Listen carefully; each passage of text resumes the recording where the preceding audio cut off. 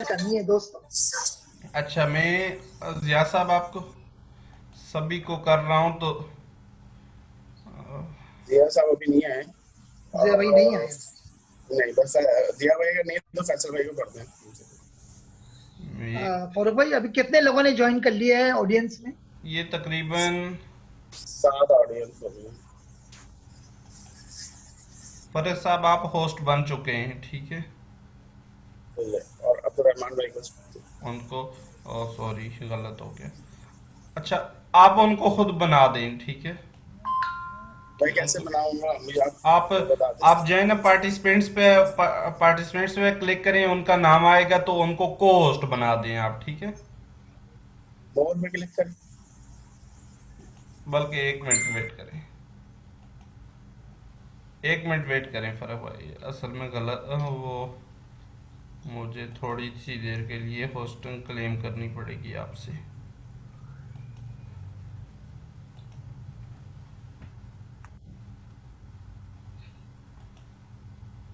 बाबर भाई, जी जी। आपसे ये पता करना है कि मुझे सिर्फ इतना पार्ट चाहिए कि मैं अपनी स्क्रीन जो है ना वो शेयर अच्छा, कर ये वो सर शेयर कर आपको दूं बस। आपको दे दिया है, आप स्क्रीन अब शेयर कर सकें, मैं लाइव फेसबुक पे जा। अच्छा, अब मैं फेसबुक पे शेयर करने लगा हूँ। ठीक है, कर लीजिए।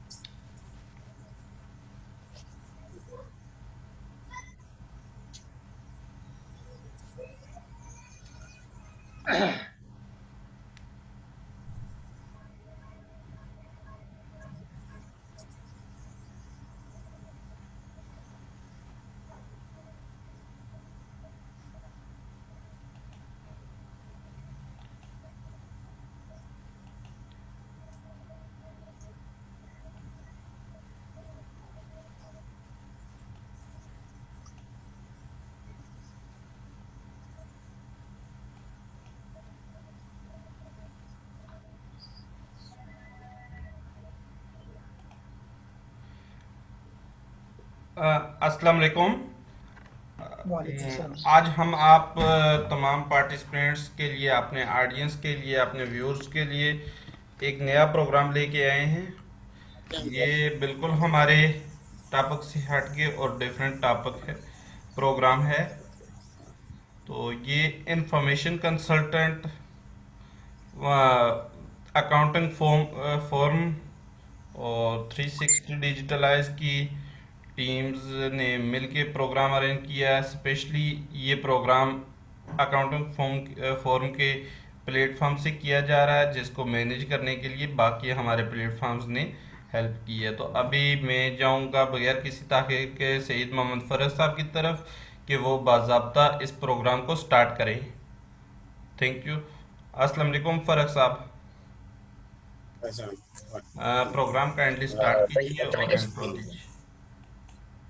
Thank you so much Babar साहब। अच्छा, हम इस प्रोग्राम को बकायदा आगाज करते हैं। बिस्मिल्लाहिर्रहमानिर्रहीम। हमारे असल में इस प्रोग्राम को इस तरीके से हैंडल किया जाएगा कि मैं आपके साथ होऊंगा, Syed Mohammad Farooq, professional accountant forum senior member, और इसके साथ मेरे साथ होंगे अब्दुल रहमान साहब, जो हमारे मोस्ट सीनियर प्रेजेंटेटर हैं, वो हमें ट्रेनिंग दे रहे होंगे। और जिया दरवेश साहब हैं, वो भी थोड़ी देर में हमें ज्वाइन कर लेंगे। फैसल मुबीन साहब भी लाइन पे मौजूद हैं। तो पहले हम स्टार्ट करते हैं, और छोटा सा इंट्रोडक्शन पैफो का अब्दुलरहमान भाई आप करवा के और फिर स्टार्ट करो। क्वेश्चन आंसर जो होंगे भी आप लोग अपने माइक ऑफ रखिएगा। क्वेश्चन आंसर फिर आपसे हम साथ साथ ले लेंगे या बीच में ब्रेक कर लेंगे। अब आपके क्वेश्चन जो इनबॉक्स में आ चुके होंगे। ठीक है, अब्दुलरहमान भाई स्टार्ट करें। अस्सलाम मुझे जरा स्क्रीन सेव के लिए वो दे दीजिएगा, ऑप्शन मेरे पास नहीं है अभी। नहीं, आप हॉस्ट तो आप बन चुके हैं रहमान भाई। जी जी, लेकिन मेरे को उसमें आ नहीं रहा है, इसमें सिर्फ जूम लिखा हुआ आ रहा है। मैं चाह रहा हूँ कि अच्छा ये आ गया। मैं 1 मिनट इस पे मैं चेक कर लेता हूँ, 1 मिनट के लिए। ये आ गया है मेरे सामने।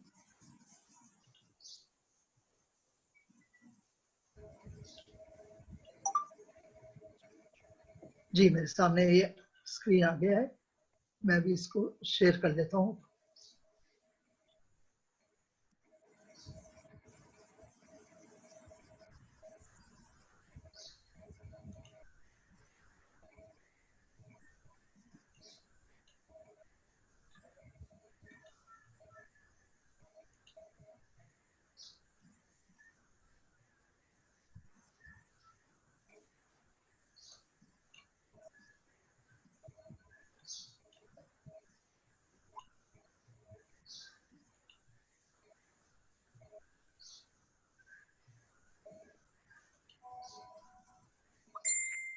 मैं ऑप्शन उसका देख रहा था कि शेयर उसका, ताकि मैं स्टार्ट कर सकूं।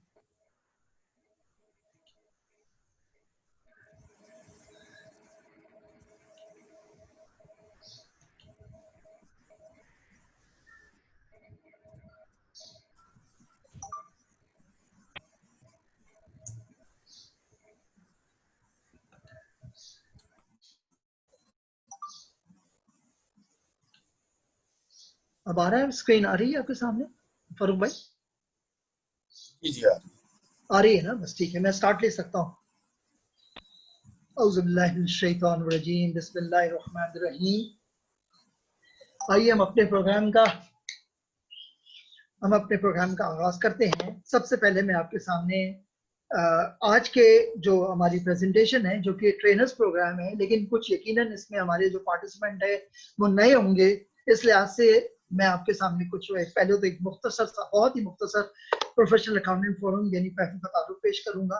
आज जो हम टॉपिक कवर करेंगे उसके तहत ज़कात की तारीफ कुरान और अहदीस की रोशनी में, ज़कात का निसाब क्या होता है, साहिब निसाब क्या कब कब हुआ जाता है, साहिब निसाब के लिए साल का तयन कैसे किया जाता है, इसी तरीके से सोना चांदी हीरा नग वगैरह पे ज़कात का इतलाक कैसे किया जाता है, जमीन मकान फ्लैट और दीगर चीजों पे किस तरह ज़कात की जाती है। इसी तरह नकद रकम है, प्राइस बॉन्ड है, फॉरेन करेंसी है, रिसीवेबल पेएबल्स हैं, इस पे ज़कात किस तरह कैलकुलेट की जाती है। इस तरह सुकूक और डिफरेंट सर्टिफिकेट्स हैं, फैमिली तकाफुल है, life insurance, letters of credit है, प्रोविडेंट फंड, ग्रेजुटी, पेंशन है।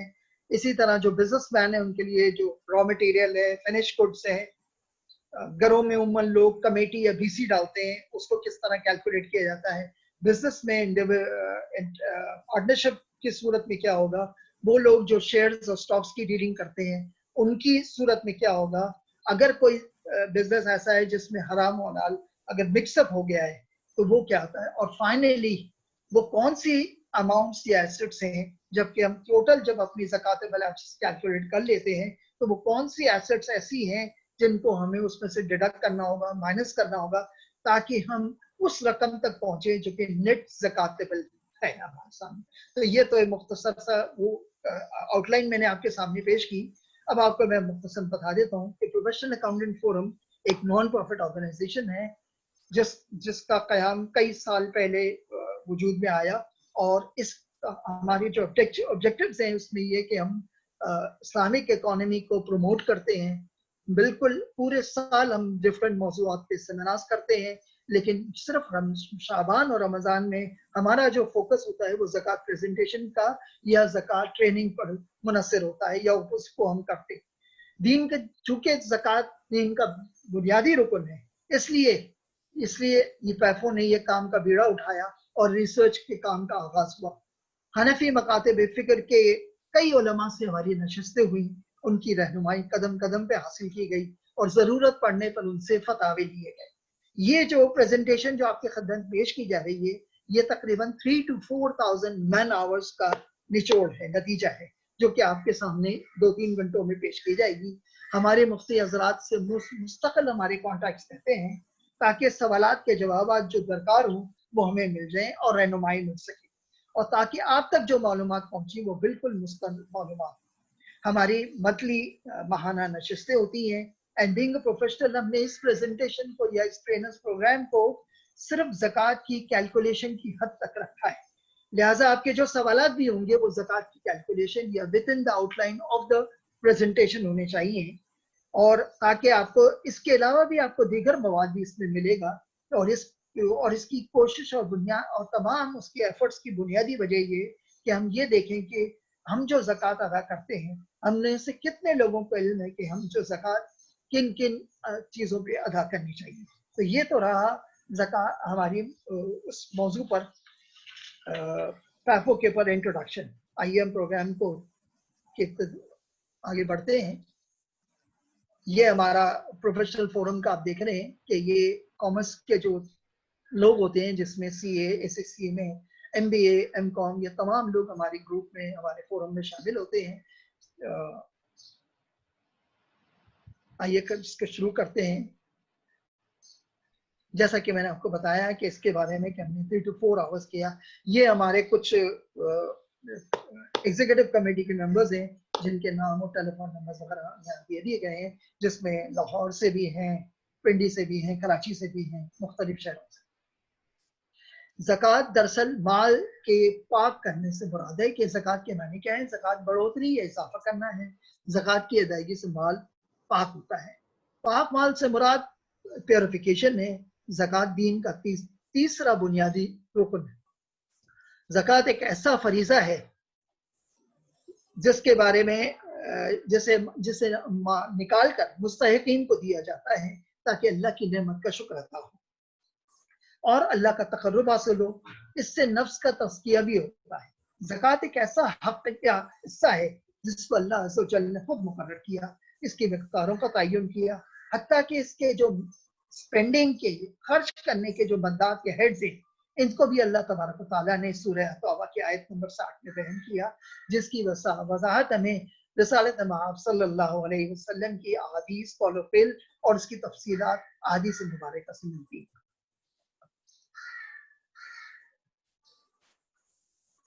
अगर तो तत्हीर माल, यानी अगर तुमने नमाज कायम की और ज़कात दी तो मेरे रसूलों को माना। तत्हीर से मुराद सफाई है, प्योरिफिकेशन है। अगर तुमने माल सूरह माइदा की आयत है कि अगर तुमने नमाज कायम की और ज़कात दी और मेरे रसूलों को माना और उनकी मदद की और अल्लाह को अच्छा कर्ज देते रहे तो यकीन रखो मैं तुम्हारी बुराइयां तुमसे ज़ाहिल कर दूंगा, तुम्हें इस जन्नत में दाखिल करूंगा जिसके नीचे नहरें बह रही है। सूरह तौबा की आयत नंबर 33 से 34 में इरशाद रब्बानी हुआ, ऐ ईमान वालों, इन अहले किताब के अक्सर उलमा का हाल ये कि वो लोगों के माल बातिल तरीके से खाते हैं, उन्हें अल्लाह की राह से रोकते हैं, इन्हें दर्दनाक अज़ाब की खुशखबरी सुना दो। जो सोना चांदी जमा करते हैं उन्हें अल्लाह की राह में खर्च नहीं करते, एक दिन आएगा कि इस सोने चांदी पर जहन्नम की आग दिखाई जाएगी और इससे उनकी पेशानियां और पहलुओं को दागा जाएगा। ये वो खजाना है जो तुमने अपने लिए जमा किया है, तो अपनी इस जमा की हुई दौलत का मजा चले। हदीस की अगर रोशनी में हम देखते हैं तो फरमाने रसूलुल्लाह सल्लल्लाहु अलैहि वसल्लम है कि जिसको अल्लाह अज़्ज़ व जल माल दे और वो उसकी ज़कात अदा न करे तो क़यामत के दिन वो माल गंजे सांप की सूरत में कर दिया जाएगा। उसके सर पे 2 चेतियां यानी 2 निशान होंगे, वो सांप उसके गले के में तौक बनाकर डाल दिया जाएगा और फिर उस ज़कात न देने वाले की बाछे पकड़ेगा, कहेगा मैं तेरा माल हूँ, मैं तेरा खुदा। इसी तरह बुखारी शरीफ की एक और हदीस है जिसमें रसूलुल्लाह महमद सल्लल्लाहु अलैहि वसल्लम ने इरशाद फरमाया कि जो कौम ज़कात अदा नहीं करती तो अल्लाह ताला उनका खुशहाली मुसल्लत कर देता है, यानी ज़रूरियात ज़िंदगी महंगी कर दी हो जाती है। कुरान मजीद में जहां जहां भी आप देखते हैं नमाज का जिक्र हुआ, वहां ज़कात की अदायगी का हुक्म आया। आयत इरशाद रब्बानी हुआ, वाक़िमुस्सलात व आतुज़ ज़कात वरकऊ मअर राकिईन, नमाज कायम करो, ज़कात दो और जो लोग मेरे आगे झुक रहे हैं उनके आगे झुक जाओ। ये पहला हुक्म था जो सूरह बकरा की आयत नंबर 43 में आया। कुरान मजीद में कमोबेश 32 मरतबा 32 टाइम्स ज़कात का हुक्म दिया गया, जिसमें से 22 मक्की सूरतें हैं और 10 मदनी सूरतें हैं जिसमें ज़कात का हुक्म दिया गया। दीन में हम देखते हैं कि जितनी अहमियत नमाज की है, being the third pillar of Islam, ज़कात की भी इतनी अहमियत है। नमाज के लिए रोजाना अगर जो 5 वक्त जिनको अल्लाह ताला ने हिदायत दी है, जो 5 वक्त नमाज अदा करते हैं वो 2 घंटा स्पेंड करते हैं, गोया 730 घंटे साल में खर्च करते हैं। हज के लिए जैसा आप जानते हैं 40 दिन यानी 960 घंटे हम खर्च करते हैं।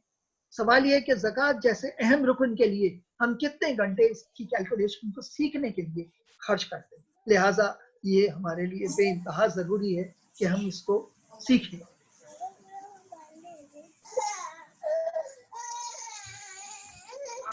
ये निसाब वैल्यू की सूरत में आपके सामने है कि 52 तोला अच्छा ये वाला प्लग 10 लगा तो खामोशी से बैठ जाओ कल की तरह। आप देख रहे हैं कि 52.5 तोला सोने की जो कीमत है क्या वो मुख्तलिफ टाइम में मुख्तलिफ है। इसकी तफसीलात आगे आएंगी। जैसा कि आप देख रहे हैं 2015 में 32,243 थी, 2016 में मुख्तलिफ थी, 17 में, चूंकि ये फ्लक्चुएट होती है हर रोज, तो इसीलिए मुख्तलिफ सालों का हमने यहाँ आपके सामने एक छोटा सा ग्राफ दिया है। अब साहिब निसाब कौन होता है? हर मालिक मर्द औरत जिसके पास 52.5 तोला चांदी, 7.5 तोला सोना हो या इसके बराबर कुल एसेट्स मौजूद। आप इसको इस तरह समझ लीजिए कि सोने का इतलाक तो सिर्फ उस सूरत में होगा कि एक शख्स है और उसके पास कोई चांदी नहीं, कोई 1 रुपए का भी सिक्का नहीं है और कोई एसेट नहीं। तो इस सूरत में तो अगर उसके पास 52.5 तोला 7.5 तोला सोना है तब तो वो ज़कात के एलिजिबल होगा। बसूरत दीगर आम तौर पर हमें आसानी के लिए समझना चाहिए कि 52.5 तोला चांदी की जो कीमत है वो जो है वो स्टैंडर्ड है। हर शख्स हम जानते हैं कि किसी के पास सोना भी होता है, कैश भी होता है, बैंक बैलेंस भी होता है, यानी उसकी मालियत अगर 52.5 तोला जिसकी वैल्यू तकरीबन 46,329 के बराबर बनती है, जो इस साल डिक्लेयर किया गया है, अगर ये बनती है तो समझ लीजिए कि वो साहिब निसाब हो गया।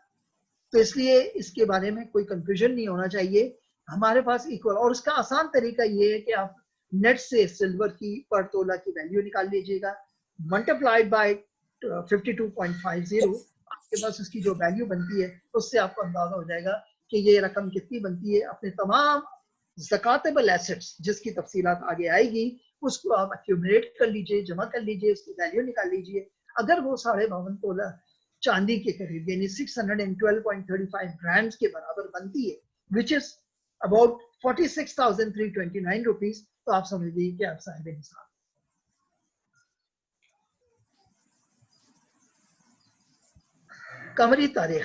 कमरी तारीख से मुराद यहाँ अगर मैं थोड़ा सा आपको मजीद बयान कर दूं कि ये आज के गोल्ड रेट क्या है, तो मैंने गोल्ड रेट जो अभी लास्ट वर्किंग डे का निकाला तो उसमें 24 कैरेट गोल्ड 103,557 यानी 1,03,557 का था, और 22 कैरेट जो था वो 94,927 का था। इसी तरह 10 ग्राम गोल्ड 88,785 था 24 कैरेट, और 22 कैरेट जो था वो 81,386 था।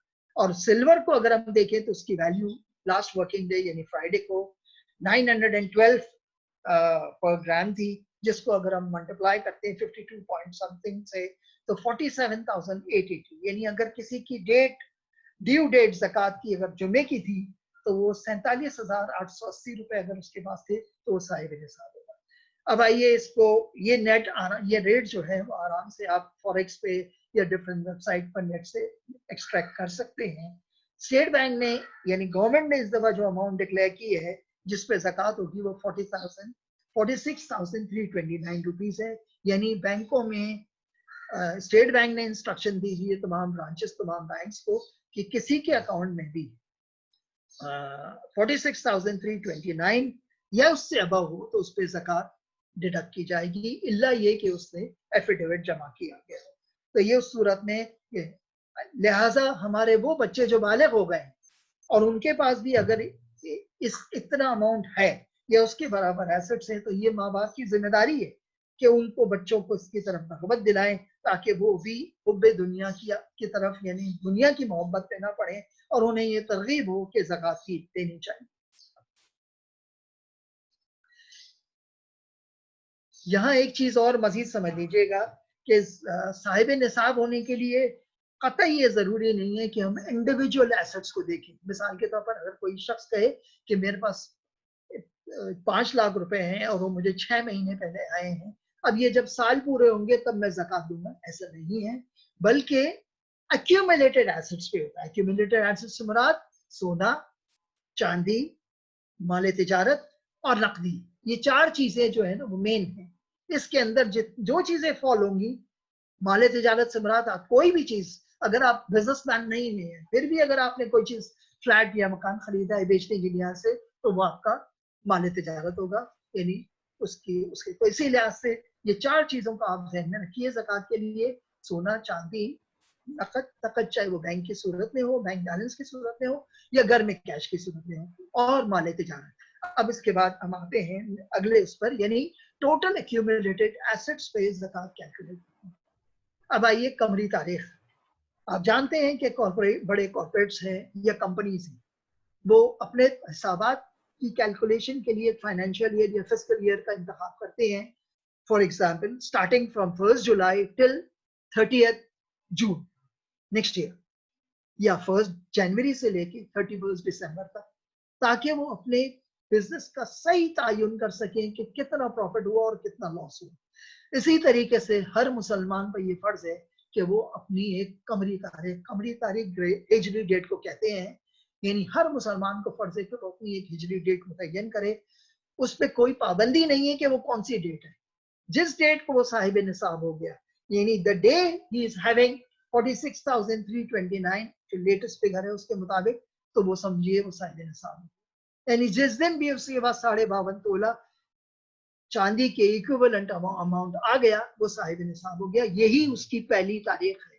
अब वो चाहे वो 10 शाबान हो, 1 मुहर्रम हो, 15 जिलहज हो, रिगार्डलेस कोई भी हो सकती है, लेकिन उसके एग्जैक्टली 1 साल बाद। लेकिन लोग सवाब की नीयत से अपनी जो कमरी तारीख है वो 1 रमजान रखते हैं, ताकि ज्यादा से ज्यादा सवाब हो।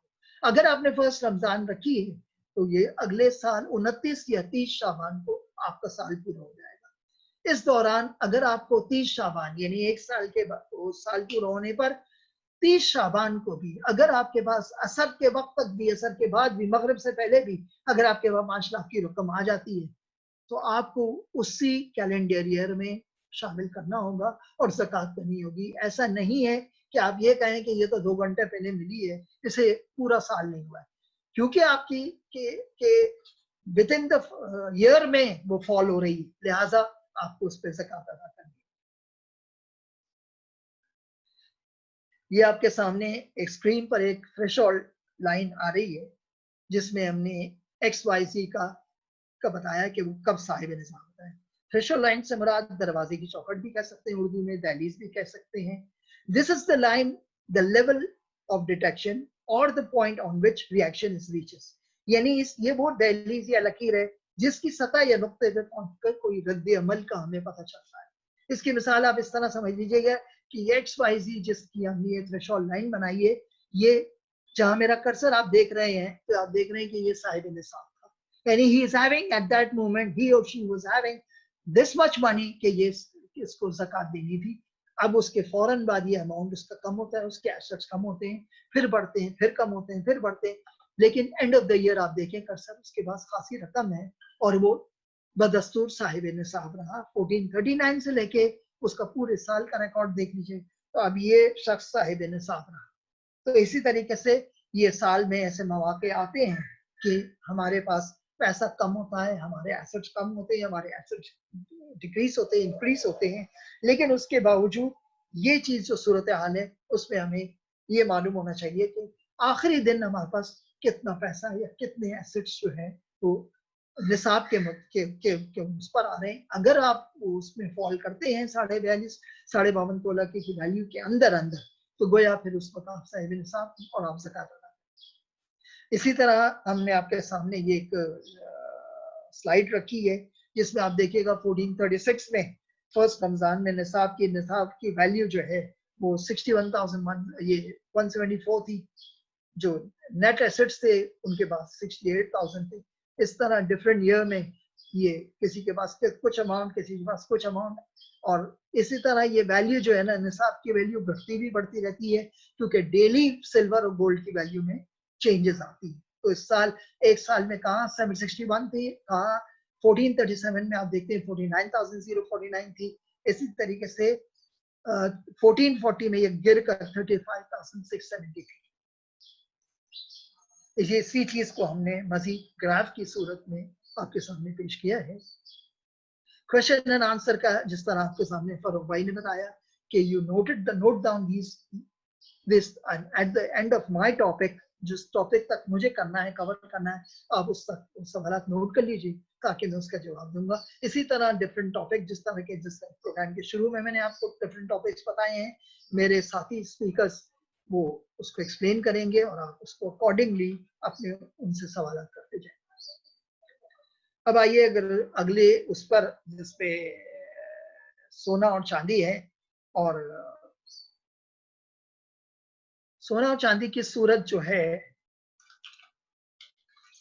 उसके मामलात ऐसे हैं कि सोना और चांदी किसी भी शक्ल में हो, किसी भी मकसद के लिए हो, चाहे वो ट्रेडिंग के लिए हो, चाहे घर के इस्तेमाल के पास हो, बहन के पास हो, वालदा के पास हो, वाइफ के पास हो, घर के अंदर ये चीज मौजूद है तो गोया इसको इस्तेमाल, ये इस पर ज़कात लाज़मी है।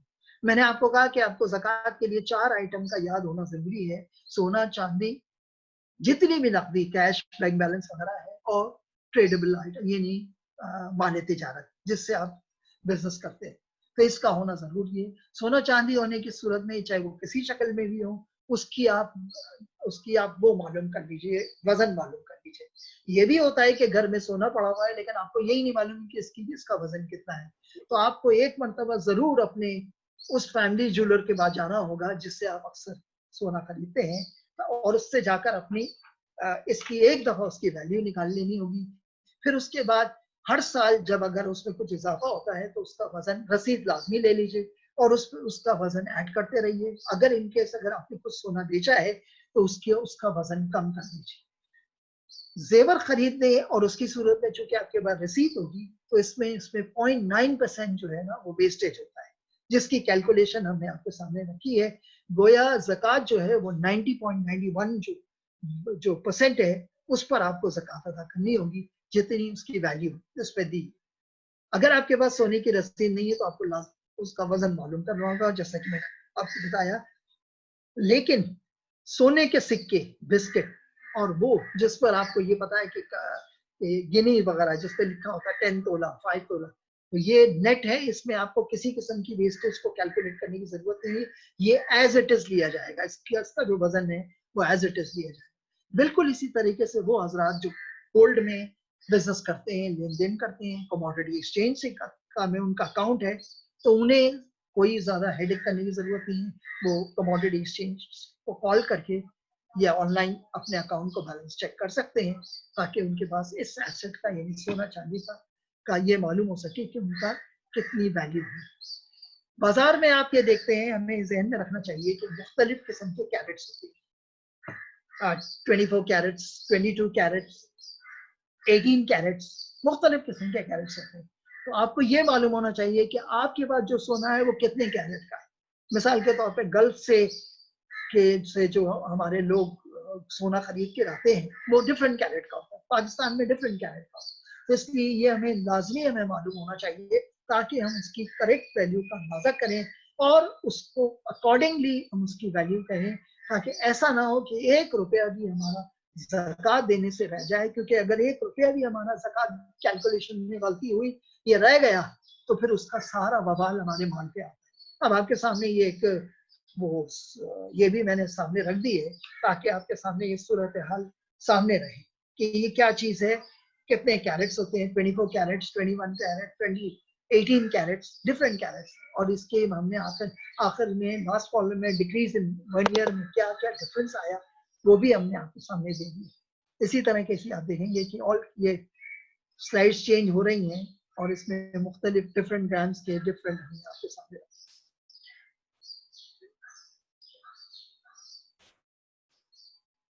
अब ये आपके सामने सोने का रेट भी आ रहा है 22 कैरेट्स का लास्ट मुख्तलिफ सालों का, जिससे आपको अंदाजा होगा कि सोने का रेट क्या क्या रहा है पिछले सालों में। ये देखिएगा 94 से सामने 94 से लेकर अब तक आपके सामने तमाम सोने का रेट जो है ना वो सामने आ रहा है, जिससे आपको अंदाजा होता है कि गोल्ड रेट जो है ना वो क्या क्या मुख्तलिफ टाइम में क्या होता है। इसमें हम डिफरेंट ईयर्स हमने दे रखे हैं, जिसमें 2019 से लेके हर साल का जो दिया गया है। अब इमेजिन कीजिए 1994 में 376 रुपए था और कहीं 2019 में पर ग्राम जो है उसकी वैल्यू कहीं जाकर 5361 है। इसी तरीके से मैंने जो आपको गोल्ड रेट उस टाइम पर बताया था शुरू में कि जो हमारे यहाँ जो गोल्ड रेट इस वक्त चल रहा है, यानी वो तकरीबन जो कल या परसों का जो मैंने गोल्ड रेट निकाला है तो वो 10 ग्राम की 88,785, यानी गोया 1 ग्राम की जो वैल्यू है, पर ग्राम की वैल्यू है आजकल 2020 में, यानी लास्ट परसों की बात है, वो 8,878। तो ये अमाउंट किस कदर फ्लक्चुएट कर रहा है और किस कदर बढ़ रहा है। इसी तरह 10 ग्राम सोने की वैल्यू है वो 81,386 थी। सोने का रेट जो है वो जाहिर बात है वो 88,785 थी, और जो 22 कैरेट्स का था वो 81,386 था। तो ये तो रहा मुख्तलिफ ग्राम और उसकी। अब आइए इस टॉपिक पर कि ये क्या जेवर में अगर हम देखते हैं कि जेवर में जो नग हैं, हीरे हैं, मोती हैं, इस पे ज़कात नहीं। इस पे ज़कात क्यों नहीं है, इसकी हिकमत अल्लाह ताला बेहतर जानते हैं। हमें दीन ने यही हुक्म दिया है, घर में इस्तेमाल करने वाली वो सोने की अंगूठी या वो चीज जिसपे अगर करोड़ों रुपए का भी अगर नग या मोती या हीरा लगा हुआ है तो उस पर कोई ज़कात नहीं है, लेकिन उसके साथ जो अटैच सोना है उस पर ज़कात। डायमंड, हीरा, मोती, नग पे ज़कात सिर्फ एक ही सूरत पर होती है, और कि अगर वो माल तिजारत, यानी अगर मैं डायमंड, हीरा, मोती, नग का कारोबार करता हूँ तो मुझे हर नग और हर मोती पर मुझे ज़कात अदा करनी होगी। ये सिर्फ उस सूरत में जबकि ये माल तिजारत हो, यानी जो इस पर जिस पर तिजारत करते हो। लेकिन अगर ये पर्सनल यूज में है तो इस पर कोई ज़कात नहीं। इसी तरीके से तिरमिजी की हदीस है इस टॉपिक से इस तरह के, एक मरतबा रसूलुल्लाह सल्लल्लाहु अलैहि वसल्लम के बाद 2 औरतें आई, उनके हाथों में सोने की चूड़ियां थी। आप सल्लल्लाहु अलैहि वसल्लम ने फरमाया कि क्या तुमने इस पर ज़कात अदा की? जवाब मिला नहीं। तो आपने फरमाया कि क्या तुम चाहोगी क़यामत के दिन तुम्हें आग की चूड़ियां पहनाई जाए? औरतों ने जवाब दिया नहीं। आपने फरमाया तब इस पर ज़कात अदा किया।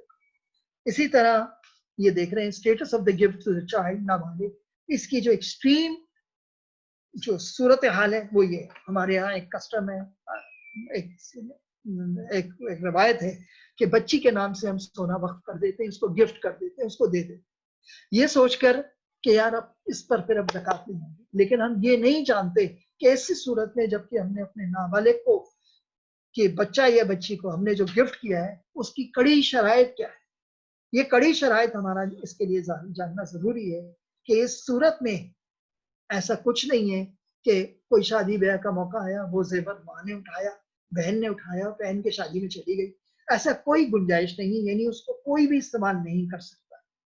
ये सोना फरोख्त भी नहीं किया जा सकता है। वो इसलिए नहीं फरोख्त किया जा सकता है क्योंकि वो एक नाबालिग की मिल्कियत में है। नाबालिग चूंकि कोई खरीदो फरोख्त का अक़द या कॉन्ट्रैक्ट नहीं कर सकता, लिहाजा शरीयत के रूप से वो फरोख्त भी नहीं हो सकता है। लिहाजा वालिदैन को इस बात का ख्याल रखना चाहिए कि इस किस्म का कोई हीला नहीं करना चाहिए कि हमने उसको गिफ्ट कर दिया और अब वो उसके बाद उसको इस्तेमाल भी कर रहे हैं, उसको फरोख्त भी कर रहे हैं, ऐसी सूरत नहीं है। तो लिहाजा इस किस्म के उसको अवॉइड किया जाए, कि गिफ्ट करने से अवॉइड किया जाए, न किया जाए, ताकि इसकी जो पाबंदियां हैं या उस पर जो एक्सट्रीम कंडीशंस हैं उसको हम शरीयत के रूप से फुलफिल कर सकें। तो ये वो रहा टॉपिक जिस पर मैंने आज मेरे टॉपिक से मुतालिक था। अब अगर आपके जहनों में कोई सवाल हो तो आप कर सकते हैं, ताकि मैं आपके सवाल जो हूँ, ताकि मेरे इसके बाद ये मैं स्पीकर अपने दूसरे साथी को के हैंड ओवर करूँगा, जो कि अगला टॉपिक जो है हमारा रियल एस्टेट का है, उसको कवर करेंगे। तो आप फरूख भाई उनके माइक ऑन कर दें ताकि ये सवाल करना चाहें तो करें।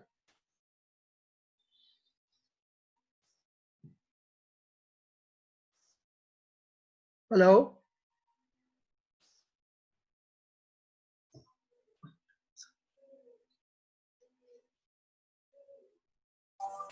हेलो हेलो जी जी हेलो जी जी, आप लोग अपने अपने माइक ऑन कर लें।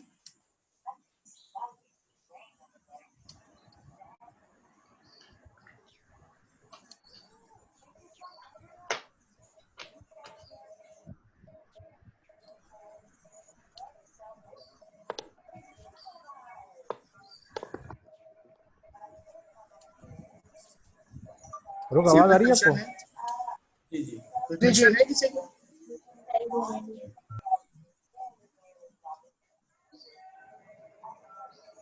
क्वेश्चन है किसी को कोई?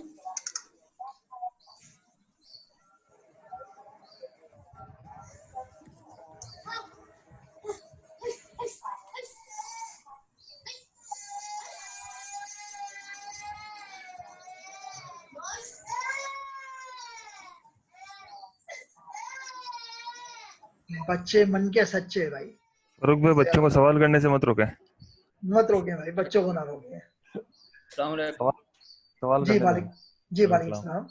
मुझे एक तो ये पूछना था, ये जो 7.5 तोले सोना देखना है, जी जी उसमें भी कैरेट की है कि ये 2400 होगा या उस हिसाब से देखा जाएगा? और दूसरा, अगर हमने पहले ही कोई एक डेट वैसे ही अंदाजन रमजान में देती हैं ज़कात शुरू कर दी हुई है जी जी कई सालों से, तो अब क्या जी उसको दोबारा से देखना पड़ेगा, ये ठीक है इसी तरह चलना है? ये दो नहीं, चीजें। बल्कि पहला सवाल आपका क्या था कि सोना क्या कह रहे हैं सोना आप? का जो निसाब है 7.5 तोले, जी वो उसमें भी कैरेट का हिसाब रखा जाएगा या नहीं? नहीं, 24 होना देखिए चाहिए? सबसे पहले तो आप ये 7.5 तोले का कॉन्सेप्ट को जहन से निकाल लीजिए। ये उस सूरत में जब आपके पास 1 रुपया भी ना हो, आपके पास कोई और एसेट ना हो, तब तो 7.5 तोले नहीं, सिर्फ आपके पास पूरी इस मतलब यूं समझे कि आपकी कुल कायनात 7.5 तोला तो ना हो, तब तो बात है। वरना आप 7.5 तोला का कॉन्सेप्ट निकाल दीजिए, आप कॉन्सेप्ट रखिए 52.5 तोला चांदी का, ठीक है आप? ठीक है। क्योंकि हर इंसान के पास लाजमी कुछ कैश भी होता है, कुछ गोल्ड भी होता है, कुछ कुछ और भी चीजें होती है। तो इन सब चीजों का, इसका जिक्र आपको प्रेजेंटेशन के अगले हिस्से में आएगा कि कुछ लोगों के पास प्लॉट भी होते हैं। तो आप जहन में रखिए कि ज़कात के लिए 52.5 तोला चांदी की जो इक्विवेलेंट अमाउंट है, जिसका मैंने आपको अमाउंट भी बता दिया कि अगर आप अगर आज की ये कल परसों की रेट देखेंगे तो आपको पता चलेगा कि पर तोला सिल्वर की रेट जो थी वो 882 था। गोया 46,329 अगर किसी के पास है तो वो साहिब निसाब है। तो ये एक तो ये चीज क्लियर हो गई। दूसरा सवाल जो आपका था कि ये आपने फर्स्ट रमजान की है तो अब इसको चेंज करने की हरगिज़ जरूरत नहीं है। आप फर्स्ट रमजान पर स्टिक रहिए, कायम रहिए और अपनी ज़कात को कैलकुलेट कीजिए फ्रॉम फर्स्ट रमजान टिल 30 या 29 शाबान, जो भी डेट होती है। और आपको वो ज़कात, आप इसमें मजीद आपकी आसानी के लिए कि आप ज़कात को ड्यूरिंग द ईयर भी अदा कर सकते हैं, इन एडवांस भी अदा कर सकते हैं। ये भी हमें दीन में आसानी की गई ताकि एंड ऑफ द ईयर हम पर किसी किस्म का बर्डन ना रहे कि भाई ये एंड ऑफ द ईयर मेरे पास 10 लाख की ज़कात आ गई, 20 लाख की, ऐसा कुछ नहीं है। बल्कि आप year two year monthly wise भी उसको निकाल सकते हैं। हर घर में मासियाँ, चौकीदार, ड्राइवर्स और भी बहुत सारे गरीब गुरबा रिश्तेदार होते हैं, तो उनको अदा करके कर सकते हैं। ठीक है जी, क्लियर हो गया? जी ठीक है, thank you. Okay, any other question? Rehan भाई, एक सवाल है मेरा। जी जी यहाँ पे कंफ्यूजन होती है कि अगर एक मुलाजिम किसी कंपनी में जॉब कर रहा है और उसकी तनख्वाह है 50,000 रुपये महीने की, जी, तो और वो जो जरा इसमें 50,000, साथ साथ बता दीजिए कौन बोल रहा है? जी फैसल बात कर रहा हूँ रहमान भाई, फैसल मुबीन। जी फैसल मुबीन बात कर रहा था। जी जी फैसल भाई, क्या हाल है? खैरियत है? अल्लाह का शुक्र है, खैरियत। जी जी जी फैसल, बोलिए बोलिए। तो रहमान भाई, ऐसे मुलाजिम के ऊपर जिसकी 50,000 रुपये सालाना महीने की तनख्वाह है ओके, और वो तनख्वाह ऐसी बात है आती ही पूरी ख़त्म हो जाएगी, बिल्कुल। तो जो 46,000 का लेट सपोज साल का निसाब है, तो क्या ऐसी कंडीशन के ऊपर अगर यकम रमज़ान के उसके पास 50,000 रुपये आते हैं जी, तो वो साहिब ज़कात बन सकता है नहीं या उस वो सूरत में, एग्जम्प्ट होगा? हाँ नहीं, उस सूरत में ये होगा कि आगे बिल्कुल इस प्रेजेंटेशन के लास्ट पोर्शन में एक चीज आती है जिसमें चंद चीजें हमें डिडक्ट करनी होती है। वो एक क्विकली मैं आपको बता देता हूँ, क्योंकि आपने सवाल किया है तो उसको कहता हूँ। हालांकि ये पार्ट ऑफ द प्रेजेंटेशन होगी तो वो चीजें डिडक्ट करनी होंगी हमें। तो अभी जैसा सहवास 50,000 आए तो वो चीजें कुछ ऐसी होती हैं जो लाजमन उसको बायन होते हैं। जैसा आपके सामने ये है, उसके ऊपर कोई लोन है वो डिडक्ट करना होगा। कुछ उसने कमेटी वमेटी VC डाली होगी वो अदा करना होगा। घर का रेंट है वो डी हो गया, वो अदा करना होगा। उसके पास अगर कुछ घर में का कुछ काम वाली है, कोई मुलाजिम है, उसको अदा किया। उसके यूटिलिटी बिल आ गए, उसको अदा किया। अगर उसके पास उसके बाद अगर वो 52.5 तोला मतलब सॉरी 46,329 के करीब रकम उसकी सेविंग्स में है, फिर तो वो साहिब निसाब है और उसको ज़कात अदा करनी है। अदरवाइज अगर वो इस फिगर से कम है तो फिर वो एग्जैम्प्ट। ठीक है फैसल भाई? जी शुक्रिया राम भाई। ओके जी, कोई और सवाल? एक मेरा सवाल है। जी जी बोलिए। अम, मैं वजाहत कर दूं, ये मेरे साहबजादे हैं। अच्छा जी बड़ी खुशी हुई। जी जी तो मेरा सवाल ये है कि जी अगर जैसे अज्यूम करें कि मेरी एक कंपनी है जिसका मैं डायरेक्टर हूँ, सिर्फ मैं ही डायरेक्टर हूँ, कोई और जी जी इसके बोर्ड ऑफ डायरेक्टर्स में नहीं है। जी जी उसकी जो कंपनी के जो फंड्स हैं जो साल भर में इकट्ठे होते हैं, जी जी उस पे ज़कात किस तरह इम्प्लीमेंट होगी? मतलब उसकी उसकी मतलब मेरी उस कंपनी से इस तरह होता है कि मैं मेरी सैलरी अलग है लेकिन मैं कंपनी के फंड्स अलग हैं, जो जिसके समझें कि उसके अकाउंट सेपरेट है, मेरे अकाउंट सेपरेट है, तो मेरी इंडिविजुअल की ज़कात तो अलग है। ठीक है, तो कंपनी की ज़कात किस तरह डिफाइन होगी? तो इस तरह दो ज़कात इस सूरत में समीर कैलकुलेट होंगी। एक तो तुम्हारी इंडिविजुअल ज़कात है जिसका जो तरीकाकार बता दिया गया है। अब जो कंपनी की है, तो ये अगर ये प्रेजेंटेशन तुम आगे देखोगे तो मेरे साथी उसको एक बिजनेस में बयान करेंगे कि वो उनकी किस तरह है। उसका मैं तरीकाकार बता दूं, उसके अंदर भी जो आपका जो नेट अमाउंट है, यानी उसमें जो पेएबल्स हैं, करंट पेएबल्स जितने भी हैं, वो तुम्हें उसमें से निकालने होंगे। फॉर एग्जाम्पल ये मैंने आपको बता दिया, ये लास्ट एक अभी मैं दोबारा ले आता हूँ स्क्रीन को ताकि क्लियर हो जाए हर चीज। पेबल्स में लोन्स भी आ जाते हैं? जी जी, लोन भी आ जाता है, बिल्कुल। ये आगे ये मेरे आपके सामने ये आ गई है ताकि क्लियर हो जाए ये चीज। एक तो वो रकम है जो लोन देनी है कंपनी को, ये इंडिविजुअल की सूरत में भी होगा और ये कंपनी की सूरत भी होगा। वो आईडी नंबर इसी तरीके से कुछ अगर किसी बिजनेसमैन ने कुछ लोन लिया होगा, लाजमी उसको भी डिडक्ट करना होगा। अगर किसी शख्स ने अपने मेहर की रकम अदा नहीं की है तो वो भी डिडक्ट होगी। अगर वो कमेटी या बीसी डालता है वो रकम भी डिडक्ट होगी। उस मंथ का उसके ऑफिस का किराया डी हो गया है तो वो भी डिडक्ट होगा। प्रोविडेंट फंड फॉर एग्जांपल, तुमने अपने एक अकाउंटेंट भी रखे होंगे अपनी कंपनी के लिए, कुछ कंसल्टेंट भी होंगे जो जिससे तुम सारा काम इंडिविजुअली एक बिजनेसमैन खुद नहीं कर सकता है। ऑब्वियसली उसकी कुछ एम्प्लॉयज होते हैं या वो आउटसोर्स करके भी उनसे काम लेता है, तो उनकी अगर कुछ आउटस्टैंडिंग है तो वो अदा करेगा। सैलरीज एम्प्लॉयज की हो गई। अगर लास्ट ईयर की ज़कात नहीं दी है तो वो भी अकाउंट फॉर करनी पड़ेगी। और कंपनी के अंदर जिस ऑफिस में आप बैठते हैं उसके अगर यूटिलिटीज करंट बिल्स आ गए तो वो भी अदा करने होंगे। इसी तरह लोन की सूरत में वो लोन डिडक्ट नहीं होंगे जो 20 इयर्स के हैं। जैसे किसी ने हाउस लोन ले लिया मोर्गेज का, you're sitting in Canada now this, Canada में आपने घर मोर्गेज पे ले लिया और पता चला 20 साल की रकम आपने डिडक्ट कर दी, तो ऐसा नहीं होगा। बल्कि इसके लिए उलमा के बारे में दो राय हैं। उसमें वो बाज कहते हैं कि सिर्फ 1 साल का आपको करंट ईयर का डिडक्ट करना होगा और बाज ये कहते हैं सिर्फ 1 महीने का डिडक्ट करना होगा इंस्टॉलमेंट, बाकी आपको तमाम उसको अकाउंट में लेना होगा। इसी तरीके से ये तमाम चीजें हैं जो कंसिडर करनी होंगी। उसका तरीकाकार बड़ा सिंपल है कि एक पेज ले लिया जाए A4 का, एक साइड पर तमाम अपने एसेट्स लिख दिए जाएं, चाहे वो इंडिविजुअल हो या कंपनी के हो, और दूसरे साइड पर वो चीजें जो ये आपके सामने स्क्रीन में आ रही हैं, डिडक्टेबल अमाउंट, ये तो हमने सिर्फ अपनी आसानी के लिए 9-10 चीजें बताई हैं। It could be much more, कुछ ज्यादा भी हो सकती, तो उसको आप सब ऐड करेंगे। फिर ए कॉलम यानी एसेट्स में से ये वाली बी कॉलम को माइनस करेंगे। जो नेट रिजल्ट आएगा वो अमाउंट जो है ना वो आपका ज़कातेबल होगा, यानी उस पे आपको ज़कात 2.5% के हिसाब से कैलकुलेट करनी होगी।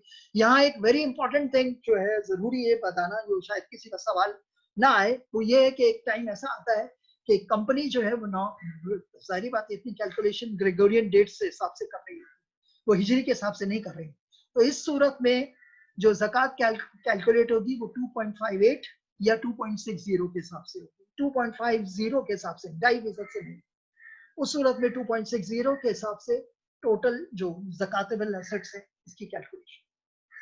Is it clear now? ये नंबर आप वापस बता देंगे? 2 पॉइंट 2.60 सेफ साइड के लिए ले लो। बाज़ उलमा का ख्याल है कि 2.60 ग्रेगोरियन के, क्योंकि ऑटोमेटिकली 11 डेज बढ़ जाते ऐड हो हैं, जाता है। ऐड हो जाते हैं, तो इसलिए टू सेफ साइड ग्रेगोरियन के लिए लाजमी है कि वो उसके लिए उसको 2.60 से क्या।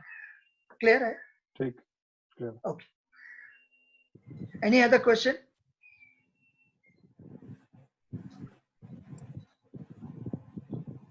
जी सर।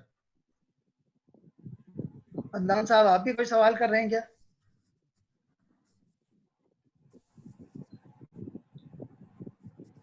अस्सलाम वालेकुम। जी वालेकुम सलाम। अदनान बात कर रहा हूँ। जी जी अदनान। मेरा सवाल ये था कि जैसे हमने म्यूचुअल फंड में इन्वेस्टमेंट की, ओके ठीक है, आपको पता है जैसे टैक्स बेनिफिट मिलता है उसका, हम जिसकी वजह से हम सैलरीड पर्सन उसमें इन्वेस्ट करते हैं और फिर टैक्स क्रेडिट लेते हैं उसका।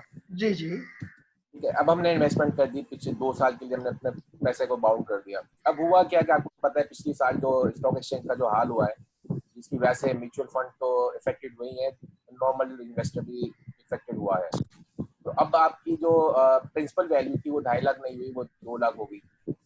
जी ठीक है, तो आपको लॉस इंकर्ड हो गया। अब वो जी 2 जी। साल तक तो वहाँ रहे, ठीक है। अब जो उस पे जो मुझे ज़कात देनी चाहिए, ज़ाहिर है मेरे ख्याल से मैं समझता हूँ कि 2 लाख पे देनी चाहिए।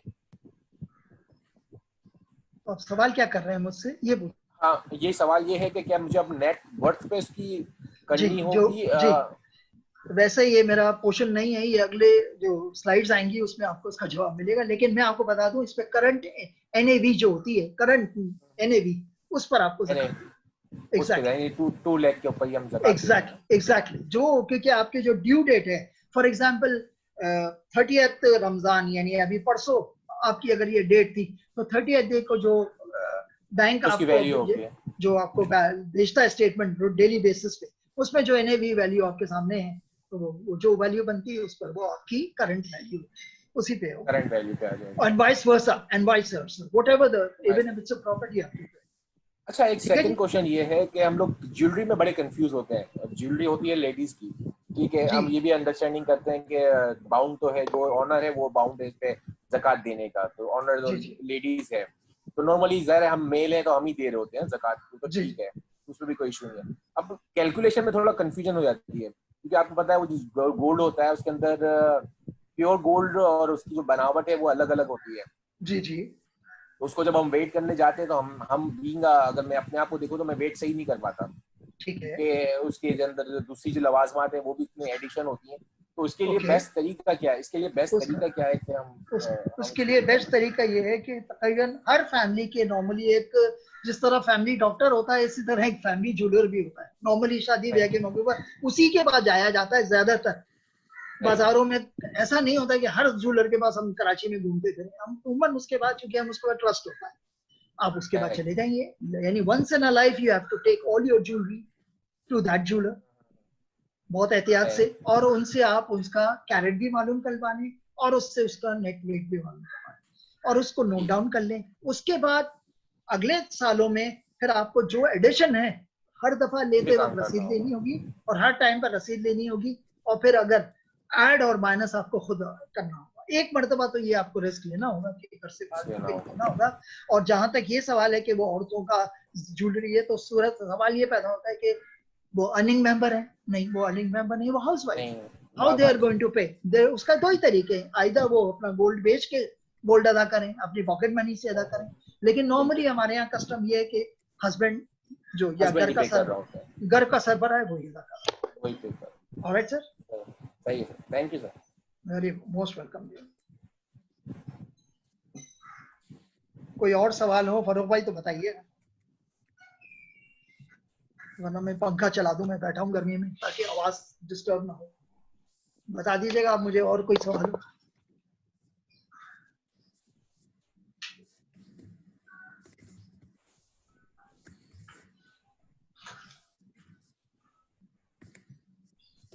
जी फरूक भाई। फरूक भाई आप ऑनलाइन है, कुछ चैट बॉक्स में भी सवाल आए हुए हैं, आप काइंडली वो भी चेक कर लें।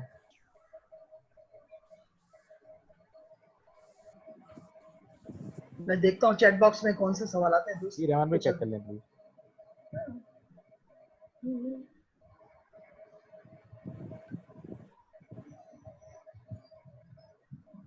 मैं पहले अपनी जरा ये प्रेजेंटेशन बंद कर दूं ताकि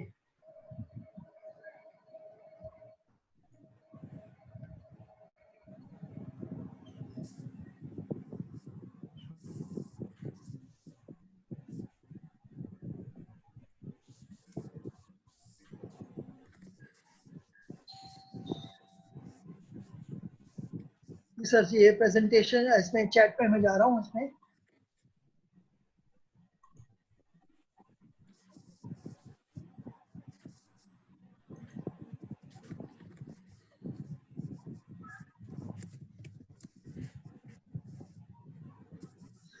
और वही चैट का वो कॉलम खोल देंगे ताकि मुझे नजर आए। यहाँ मैं ढूंढ रहा हूँ कि किधर से क्लिक करूँ।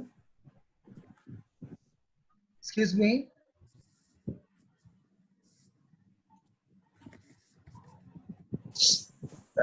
अब्दुल रहमान भाई, जहाँ पार्टिसिपेंट्स के नाम है उसके नीचे ही आ रहा होगा जूम चैट के नाम से। आ रहा है आपके पास? नहीं, मैं देख रहा हूँ कि यहीं वही तो तलाश कर रहा हूँ कि पार्टिसिपेंट्स के नाम।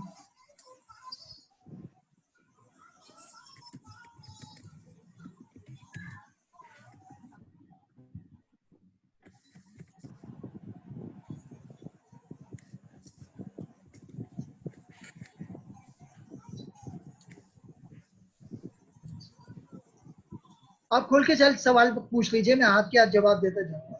बरोबर भाई? जी जी, मेरे ख्याल में कोई ऐसा क्वेश्चन है नहीं। अच्छा,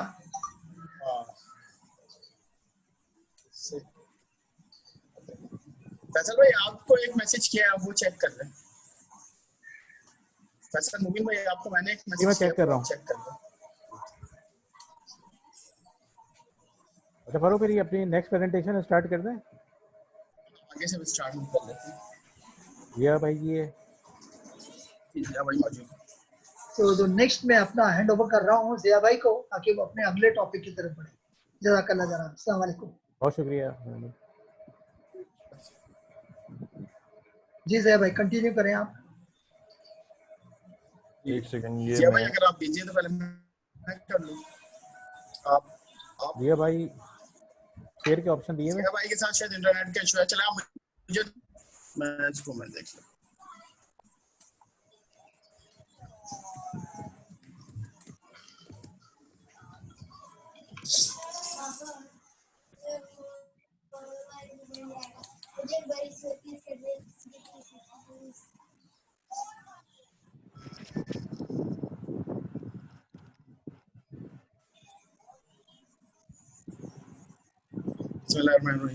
जी आवाज आ रही है आप लोगों को? जी क्लियर आ रही है ना? क्लियर। हेलो, आ रही है आवाज? आ रही है भाई?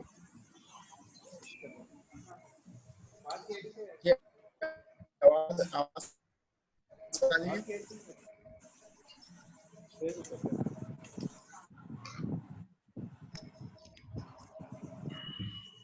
हेलो जी जी आवाज आ रही है आपकी? रहमान भाई आप ऑनलाइन हैं? ना, मैं ऑनलाइन हूँ। अभी जब तक ये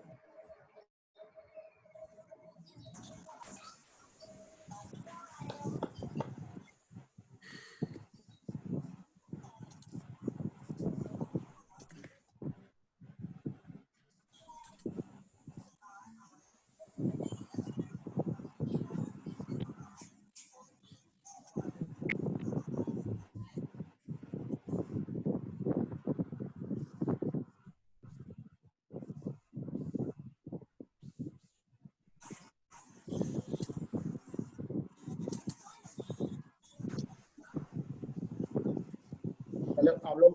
रहमान भाई, ये अगर आप ऑनलाइन हैं तो फेसबुक के ऊपर एक सवाल आया हुआ है, अगर जिया भाई भी ये ऑन कर रहे हैं। जी बोलिए बोलिए। मोहम्मद फहद साहब ने सवाल किया, shares are considered when calculating zakat. क्या चीज के बंदे? शेयर्स? हाँ, मतलब सवाल इनका ये है कि हम shares are considered when calculating zakat. जी, शेयर्स की सूरत में लाजमन उसको कंसिडर करना होगा जो उसकी करंट वैल्यू होगी उसके मुताबिक। शेयर्स जो है ना, शेयर्स या स्टॉक की बात कर रहे हैं ना जो? जी बिल्कुल। हाँ, इससे उसको लाजमन उसको कंसिडर करना होगा कि जो उसकी करंट वैल्यू होगी, उसकी जो उस दिन की वैल्यू होगी, जो ड्यू डेट है, जब हमने कंप्लीट डेट मुकर्रर की है, उसकी जो करंट डेट है उस पर जाकर हम जो भी अखबार में या नेट से चेक कर लें कि उसकी क्या वैल्यू है, उस पर लाजमी है कि उसकी वैल्यू पर जो करंट वैल्यू है उस पर ज़कात दें। अच्छा रहमान साहब, इसको थोड़ा एक और क्लियर कर दीजिएगा, स्टॉक के हवाले से मैं सवाल कर रहा हूँ। जी जी ये जैसे कहते हैं ना कि इसकी लाइफ 1 साल होना जरूरी है। अब शेयर्स में तो हम इन्वेस्टमेंट कर रहे होते हैं, निकाल रहे होते हैं, तो क्या इसमें 1 साल की कंडीशन जरूरी है या नहीं? नहीं, आज की दोस्त है उस हिसाब से आप अपना टैक्स। जी शेयर्स के बारे में मैंने आपको एक चीज आपको बता कर दूं। 2 किस्म के लोग होते हैं जो शेयरिंग के, एक तो वो होते हैं जो डेली खरीदो फरोख्त कर रहे होते हैं, और एक वो होते हैं जिन्होंने अपने डिविडेंड के लिए रखा होता है। लेकिन मैं बात कर रहा हूँ जो जिन्होंने जैसा शेयर आपने खरीदे हैं, इस सूरत में लाजमी है कि आप उसको ये देखें, उसमें ये आपको पाबंदी नहीं होगी कि आप उसको 1 साल तक रखें।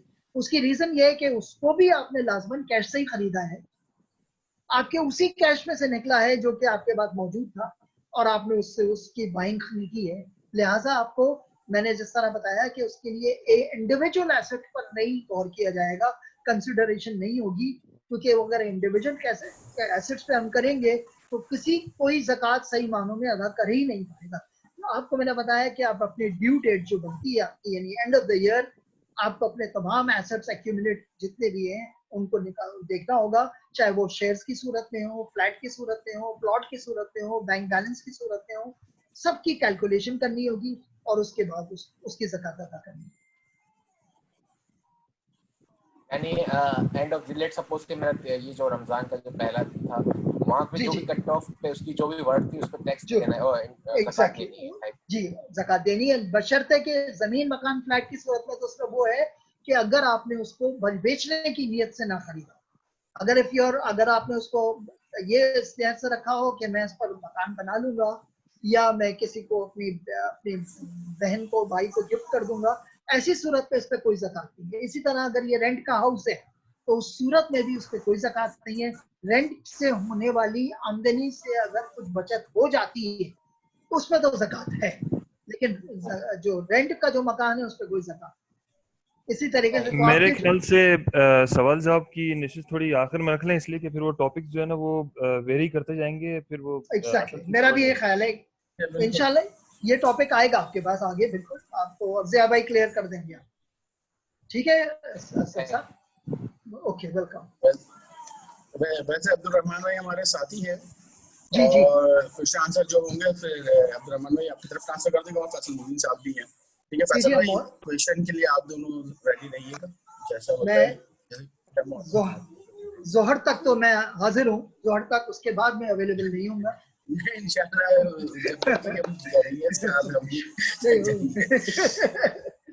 जब तक तो मैं अवेलेबल हूँ। अच्छा, ये आवाज आ रही है आप सबको?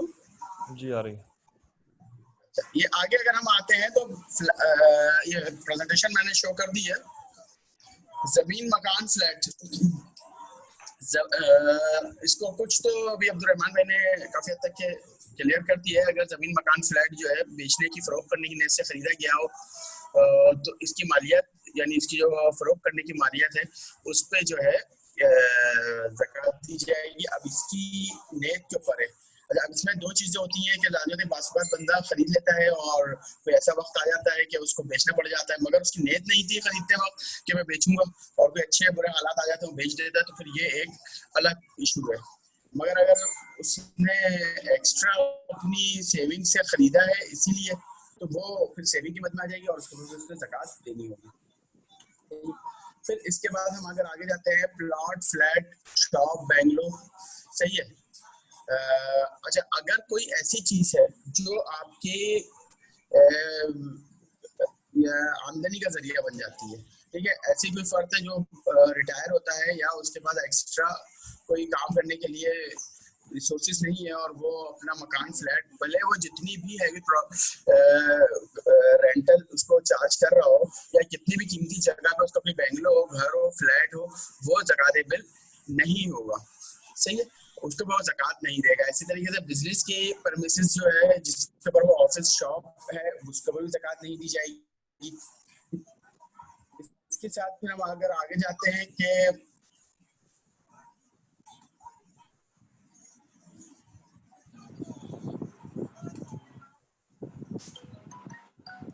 एक सेकंड, एक क्वेश्चन है।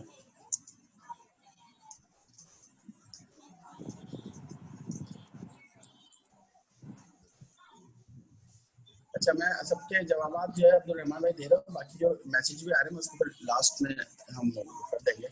अच्छा, नफ्त, बॉन्ड और गैर मुल्की करेंसी, ठीक है। अच्छा, इसके अंदर कुछ चीजें हैं। अब हमारे पास कुछ नफ्त, बॉन्ड, करेंसी या गैर मुल्की करेंसी और बैंक में जमाशुदा रकम या वो रकम जो किसी के पास बतौर अमानत या काबिल वसूल हो, तो इस या आपका एडवांस है, इन सब के ऊपर जो है ज़कात दी जाएगी, ठीक है। अब इसके अंदर इशू ये है कि बात हम बहुत से एयरलाइंस होती है उनकी तरफ से मुख्तलिफ पैकेजेस आ रहे होते हैं, अगर हम टाइमली उसको अवेल कर लें तो हमारी काफ़ी सेविंग्स हो जाती है।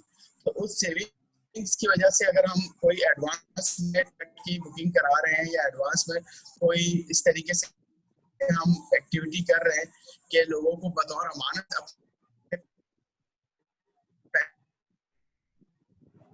रखवा दी,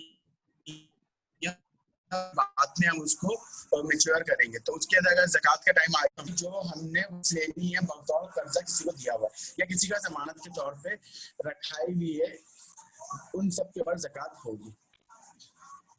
अच्छा, इसी तरीके से अब जब हम अपनी मुख्तलिफ करेंसीज पे जब ज़कात देंगे तो करेंसीज के रेट जरूर देखेंगे। लाजमी बात है कि डॉलर है, डॉलर की इंटरनेशनल करेंसी है, और इसके अलावा जिस भी करेंसी के अंदर हमारे पास एसेट्स मौजूद है, जो भी हमारे पास करेंसी है उसकी रेट हमने जो है उस टाइम पे देखने पड़ेंगे कि वो रेट क्या है, या फिर उस डॉलर, अगर डॉलर में और डॉलर में ही ज़कात निकालना तो मसला अलग हो जाता है। मगर अगर आप डॉलर को रुपये में निकाल रहे हैं तो जिस वक्त खरीदा गया उस वक्त अगर डॉलर फर्ज करें 90 रुपीज़ का था, 110 रुपये का था, और आज अगर हम उसके ऊपर ज़कात निकाल रहे हैं तो हम आज के रेट के ऊपर अप्लाई करेंगे, नहीं, क्योंकि उसकी भी वेरिएशन से उसकी रेट के जब कन्वर्ट हो गए तो कन्वर्जन रेट से इशू क्रिएट हो सकते हैं। अच्छा, इसके अलावा भी बहुत सारे लोग जो है सुकूक सर्टिफिकेट्स वगैरह, इन्वेस्टमेंट सर्टिफिकेट्स वगैरह या इस तरह की चीज़ें भी अपने पास रखते हैं।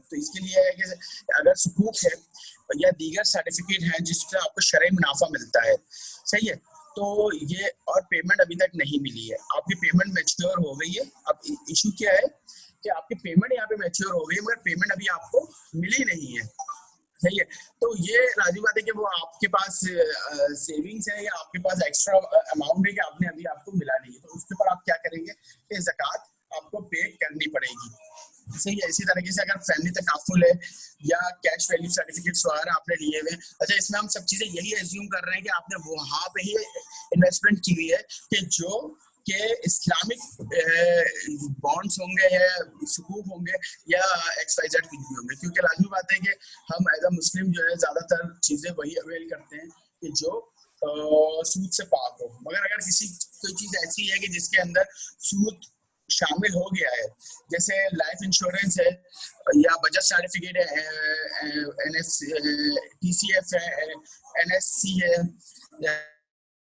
ठीक है, तो इसके अंदर सूद है। अब लाजमी बात है कि हमारे पास जिस इकोनॉमी में हम जिंदा हैं या जिस माशरे में हम रह रहे हैं, इसके अंदर सूद से बचना भी एक बहुत बड़ा जिहाद है इस टाइम पे, ठीक है। अब चूंकि सूद हमारी असल रकम के अंदर शामिल हो गया, असल मलकियत में शामिल हो गया, अब इस पर बहुत से उलमा के नजदीक बहुत सी चीजें आती हैं, ठीक है। तो इसमें तो ये है कि सूद की रकम चूंकि नाजायज है और आपकी मलकियत नहीं है, इस पर ज़कात नहीं होगी।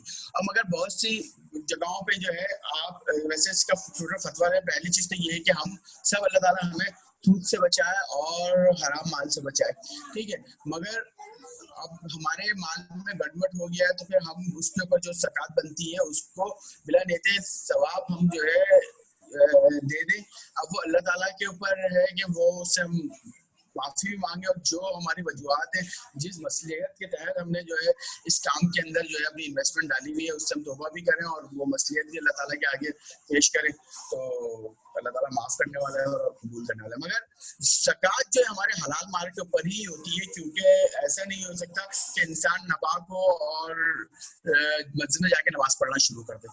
लाजवाब है कि अब नमाज पढ़ने के लिए पहली शर्त यही है कि जिस्म का पाक होना और लिबास का पाक होना ये बहुत जरूरी है। तो हमारे माल का पाक होना बहुत जरूरी है हमारी ज़कात की अदायगी के लिए।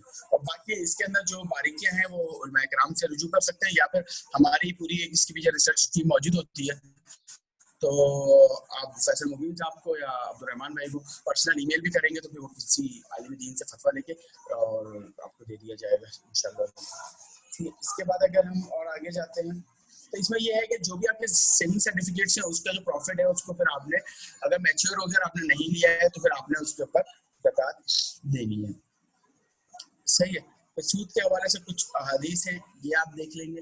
अच्छा, सूद का मामला जो है जल्दी इसके ऊपर बात हुई है तो मैं जरा सा और भी आपको डिटेल वो बता दूं कि सूद के मामले के अंदर हम क्योंकि जिस जगह काम कर रहे हैं, क्योंकि हमारे पास हम इस्लामी जमहूरियत पाकिस्तान में मौजूद तो हैं, मगर इसके ऊपर जो बैरूनी अनासिर से जो हमारे पर सूद लागू किया हुआ है और जो इंटरनल फैक्टर्स हैं सूद के कैबोर है, इसके हवाले से जो है हम बहुत बुरी तरीके से फंसे हुए भी हैं।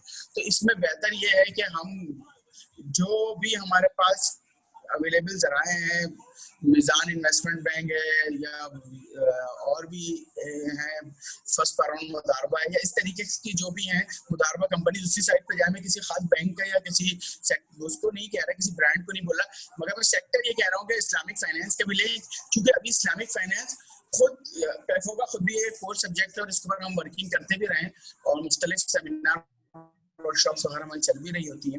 और इस्लामिक बैंकिंग आज खुद अभी बहुत ज्यादा पावरफुल नहीं हुआ है कि उसको ये कह दिया जाए कि बिल्कुल सूद से पाक है सारी चीजें। लाजवाब अभी कैबोर रेट का मसला है और बहुत सारी चीजें, मगर फिर भी जिस हद तक हमें हमारे पास मार्शे में चीजें अवेलेबल है, जिस हद तक हमारे पास चीजें है और अल्लाह ताला ने हमें सहूलियात दी है, तो हम अपने आप को आजमाइश में ना डालें, उन फंड्स की तरफ जाएं या उन सेविंग सर्टिफिकेट्स की तरफ जाएं जो इस्लामिक हैं और सूद से पाक हैं। ठीक है। और इसकी जो है अगर हम आगे आते हैं तो एलसी और इसके ऊपर चीजें चली आएंगी, वो फिर आपको जिया साहब वहाँ से क्लियर करेंगे। मेरा एक ये छोटा सा टॉपिक था, तो इसके हवाले से अगर कोई भी, क्योंकि क्वेश्चन आंसर पहले बहुत ज्यादा हो चुके हैं, अगर कोई भी क्वेश्चन आंसर है तो आप मुझे इनबॉक्स में कर दें, फौरन रिप्लाई कर दे। तो नहीं तो इस सेशन चला लेते, जिया भाई इसको ज्वाइन कर ले और विद इन 15 मिनट्स अगर वो अपनी स्लाइड्स कंप्लीट कर लेते हैं तो फिर हम 15 मिनट्स का या 10 मिनट्स का क्वेश्चन आंसर सेशन करके 1:15 और 1:15 बजे इंशाल्लाह फिर हम लोग नमाज के लिए इसको खत्म करते हैं। और मेरी कोशिश ये होगी कि 1:10 या 1:05 पे ही हम नमाज का ब्रेक ले लें। तो फैसल भाई आप और अब्दुर्रहमान भाई आप लोग क्वेश्चंस इसको कर ले, मैं भी इनके क्वेश्चंस ले रहा हूँ और इनबॉक्स में एक जगह नोट कर लेते हैं और इसको तेजी से इसका जवाब दे दिया जाएगा। जज़ाकल्लाह।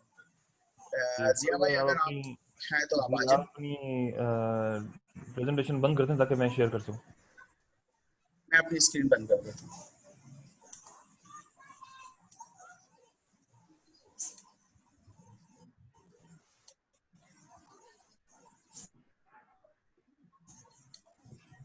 जी जिया भाई। जी मैं ये अपनी स्क्रीन खोल तो रहा हूँ।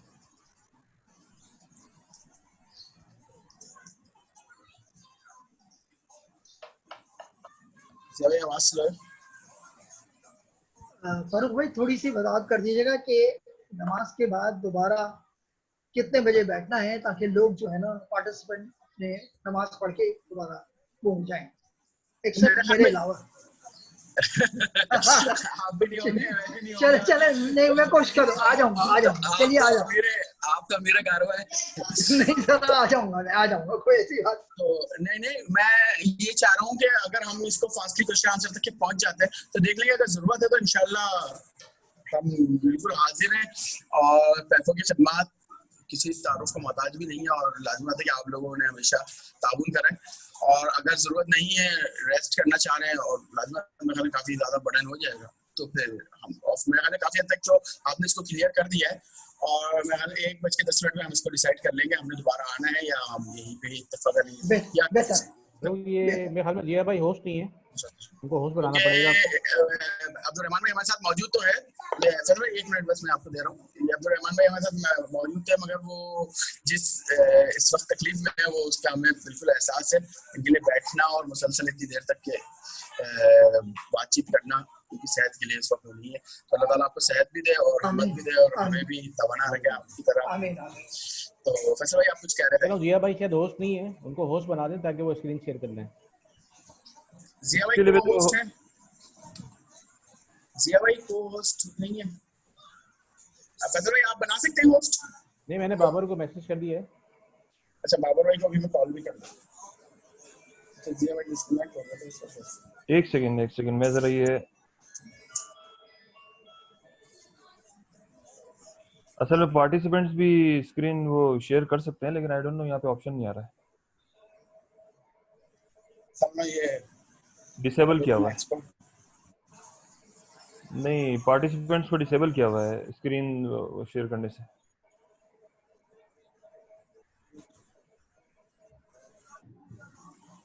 चले फरूक भाई काम करें, आप अपनी स्क्रीन खोलें, मैं उसी पे कर देता हूँ। फरूक भाई वरना टाइम ज़्यादा हो जाएगा। आप अपनी स्क्रीन खोल दें और उस पर ले आए बारी बारी नीचे।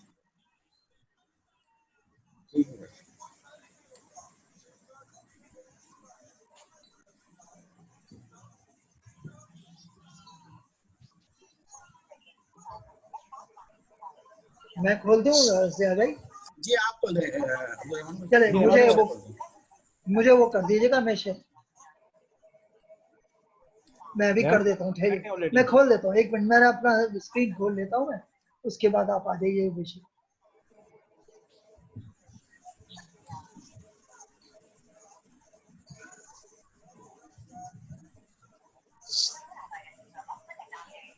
चले मैंने अपना स्क्रीन वो कर लिया है, अब शेयर कर लेता हूँ स्क्रीन।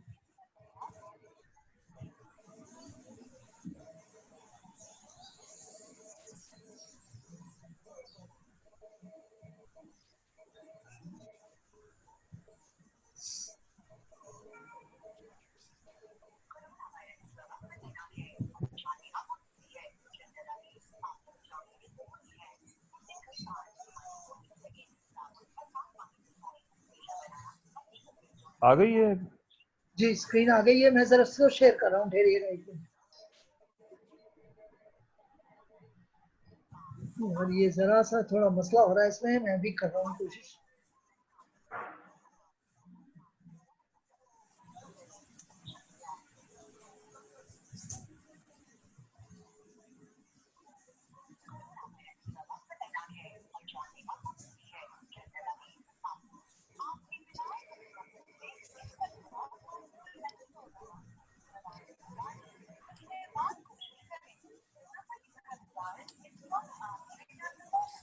जिया भाई थोड़ा सा मुझे इसमें वो करने में, शेयर करने में वो हो रहा है, मसला हो रहा है इधर।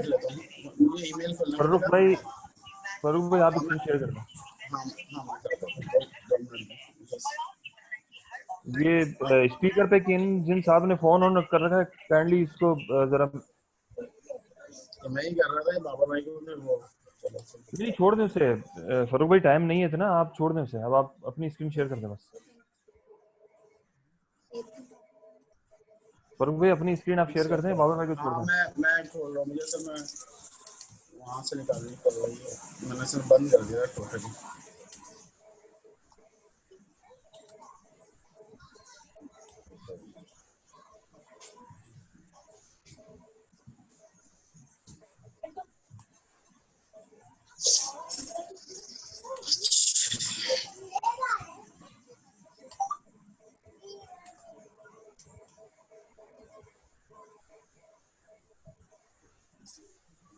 मैं अभी कर सकता हूँ, अभी भेजो, मेरे सामने ऑप्शन आ गया है, कर दूं मैं? मेरे ख्याल में रेवान भाई आप कर दें। मैं कर देता हूँ।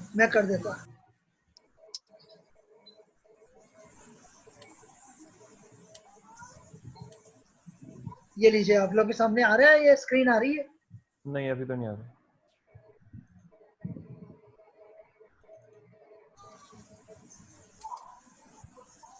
जी आ रही है अभी? जी आ गई। अब आप उस पे एलसी पे ले अब्दुल रहमान भाई। जी मैं उस पर आ जाता हूँ बिल्कुल। करिएगा।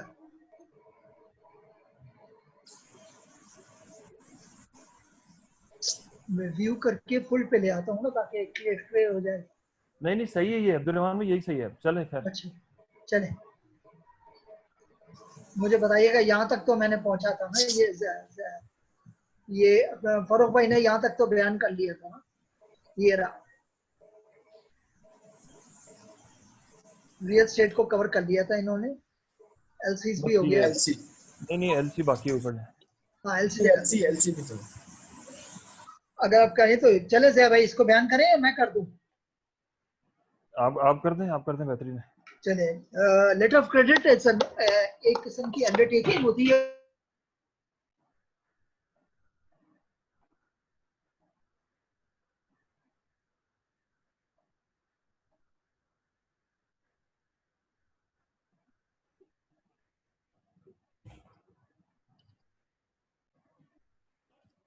आवाज चली गई है, हैंग हो गया है अब्दुल रहमान भाई।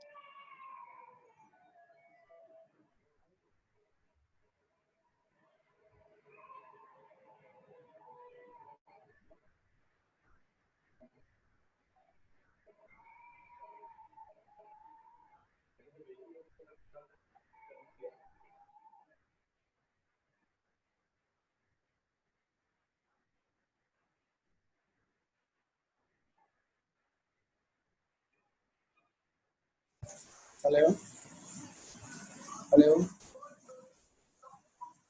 हेलो,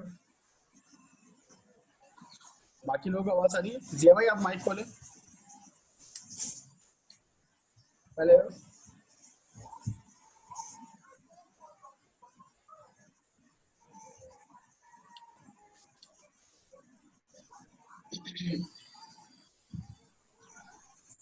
हेलो,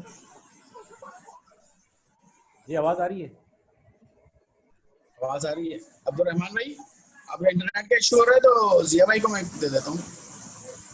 जिया भाई मैं आपको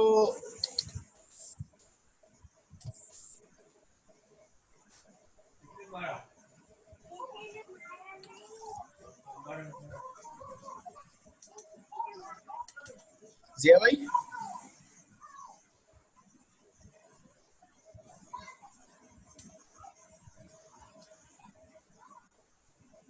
हेलो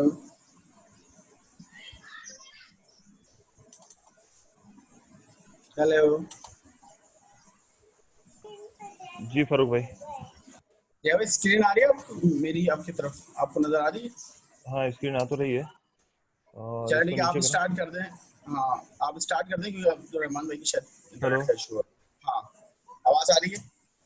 आप आप यहाँ पे आ जाएं, आप मेरी स्क्रीन में देख लें। ठीक है,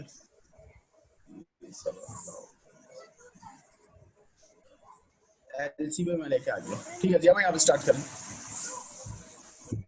ना मैंने इसमें होता है कि जब हम कोई चीज़ इंपोर्ट करने के लिए एलसी खुलवाते हैं, कोई भी प्रोडक्ट इंपोर्ट करने के लिए, तो बैंक के पास कुछ ना कुछ या तो मार्जिन रखवाना पड़ता है या सर पूरी की पूरी अमाउंट रखवानी पड़ती है। यानी जितना भी आपका सामान पोर्ट पे आने से पहले बैंक के पास रखा हुआ है एलसी मार्जिन की सूरत में, या उसे कुछ भी कहा जा सकता है, वो पूरी की पूरी अमाउंट आपका एसेट है, यानी इस वक्त आपकी सेविंग है। तो ये पूरी की पूरी अमाउंट भी ज़कात कैलकुलेबल एसेट में शामिल होगी जब तक ये माल आपके पास पहुंच ना जाए। सही है जी, इसमें कोई क्वेश्चन तो नहीं? अगले पे आ जाए, प्रोविडेंट फंड पे आ जाए।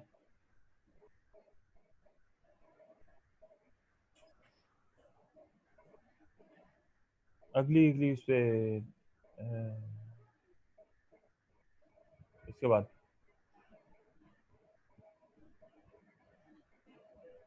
अच्छा, प्रोविडेंट फंड दो किस्म का होता है। प्रोविडेंट फंड के लिए प्रोविडेंट फंड दो किस्म का होता है, एक अंडर ट्रस्ट होता है और एक विदाउट ट्रस्ट होता है। अंडर ट्रस्ट प्रोविडेंट फंड ये होता है कि कोई भी कंपनी, चाहे वो प्राइवेट लिमिटेड कंपनी हो, पब्लिक लिमिटेड कंपनी हो या कुछ और हो, वो कंपनी या गवर्नमेंट ओन कंपनी हो, वो अपने एम्प्लॉयज़ का एक ट्रस्ट बना लेते हैं जिसमें एम्प्लॉयज़ के कुछ रिप्रेजेंटेटिव होते हैं, like head of human resource होता है, या उनके अगर कोई यूनियन है तो यूनियन का कोई रिप्रेजेंटेटिव होता है। प्रोविडेंट फंड के और एक जो है हायर मैनेजमेंट की तरफ से कोई ना कोई उसके बोर्ड ऑफ ट्रस्टीज पे होता है। वो ट्रस्ट इस पर्पज़ के लिए होता है कि जितना भी प्रोविडेंट फंड है जो कि एम्प्लॉय का करता है और जो एम्प्लॉयर का कंट्रीब्यूशन है, दोनों कंट्रीब्यूशन उस ट्रस्ट के अकाउंट में डाले जाते हैं और वहाँ से इन्वेस्ट किए जाते हैं। तो अगर तो ये ट्रस्ट वाला प्रोविडेंट फंड है जिसके अलग से ऑडिट भी होते हैं और जो कि अंडर इनकम टैक्स लॉज और ट्रस्ट लॉज और प्रोविडेंट फंड लॉज वो ऑपरेट होता है, तो ये एक किस्म का समझिए ये किस्म की एंटिटी है जिसमें आपके पैसे पड़े हुए हैं या इन्वेस्टमेंट हुई हुई है, ठीक है। उसमें से आप वक्तन फवक्तन मुख्तलिफ मदाद में प्रोविडेंट फंड की अमाउंट पूरी की पूरी भी ले सकते हैं किसी ना किसी चीज़ के लिए, और कभी कभी आपको कर्ज की सूरत में मिल सकती है, यानी आपका बेसिकली उस पर राइट होता है उस अमाउंट पे। ऑल दो कुछ अप्रूवल्स की रिक्वायरमेंट होती है, लेकिन जो एम्प्लॉई होता है उसका उस पर राइट होता है। तो प्रोविडेंट फंड का जो पूरा बैलेंस है वो आपको ज़कात कैलकुलेशन के दिन, यानी 30 शाबान, अगर किसी का 30 शाबान है तो 30 शाबान, या फर्स्ट रमज़ान है तो फर्स्ट रमज़ान, या साल में कोई भी तारीख हो आपकी ज़कात कैलकुलेशन की, उस तारीख को अपनी कंपनी में HR डिपार्टमेंट के पास जाएं और वहाँ से प्रोविडेंट फंड का पूरा बैलेंस मालूम करें और उसको शामिल कर लें अपने ज़कात एलिजिबल एसेट्स के अंदर। दूसरा प्रोविडेंट फंड ये होता है जो कुछ कंपनियां होती हैं वो उसके ट्रस्ट में नहीं देती, बल्कि वो ओनर अपने पास उसकी जो कंट्रोल है वो ओनर के पास होता है। तो जो एम्प्लॉयज़ होते हैं उनका इफेक्टिवली उस प्रोविडेंट फंड पे राइट नहीं होता जब तक कि वो रिटायर ना हो जाए, तो इसलिए वो जबरी प्रोविडेंट फंड कहलाता है और उसकी जो अमाउंट होती है वो ज़कात कैलकुलेशन के लिए शामिल नहीं होती। हाँ, जिस साल वो प्रोविडेंट फंड आपको मिल जाएगा उस साल आप जितनी उसमें से अमाउंट बची हुई होगी वो ज़कात कैलकुलेशन के पर्पज़ से उसमें शामिल हो जाएगी।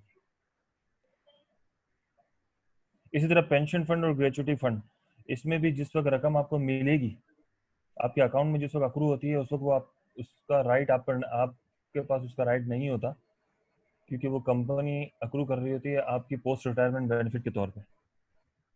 तो जब आप रिटायर होते हैं या कंपनी छोड़ते हैं तो ग्रेचुटी या पेंशन फंड मिलना शुरू हो जाता है आपको, तो उस वक्त जो अमाउंट इसकी मिलेगी वो ज़कात कैलकुलेबल एसेट में शामिल होगी, जो अमाउंट बची हुई होगी। और उस साल अगर रमज़ान आने तक वो अमाउंट अगर आपके बैंक अकाउंट में पड़ी हुई है तो वो अमाउंट शामिल हो जाएगी अगली इस पर।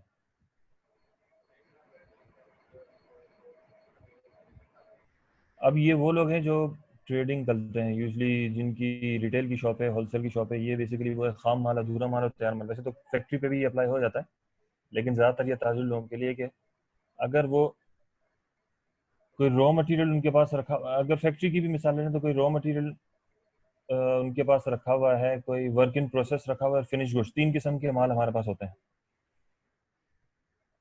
तो रॉ मटेरियल की जो कीमत फ़रोख्त होगी, यानी आज जो मार्केट वैल्यू मेरे लिए होगी, मैं अगर अपने लिए कैलकुलेट करता हूँ तो रॉ मटेरियल की जो अमाउंट मेरे लिए सेल अमाउंट होगी वो अमाउंट मैं ज़कात कैलकुलेबल एसेट में शामिल करूंगा। इसी तरह वर्क इन प्रोसेस की मैं किसी से वैल्यूएशन करा लूंगा, जो भी उसके एक्सपर्ट होंगे, मैं उनको दिखा के पूछूंगा कि यार इसकी कितनी वैल्यू है,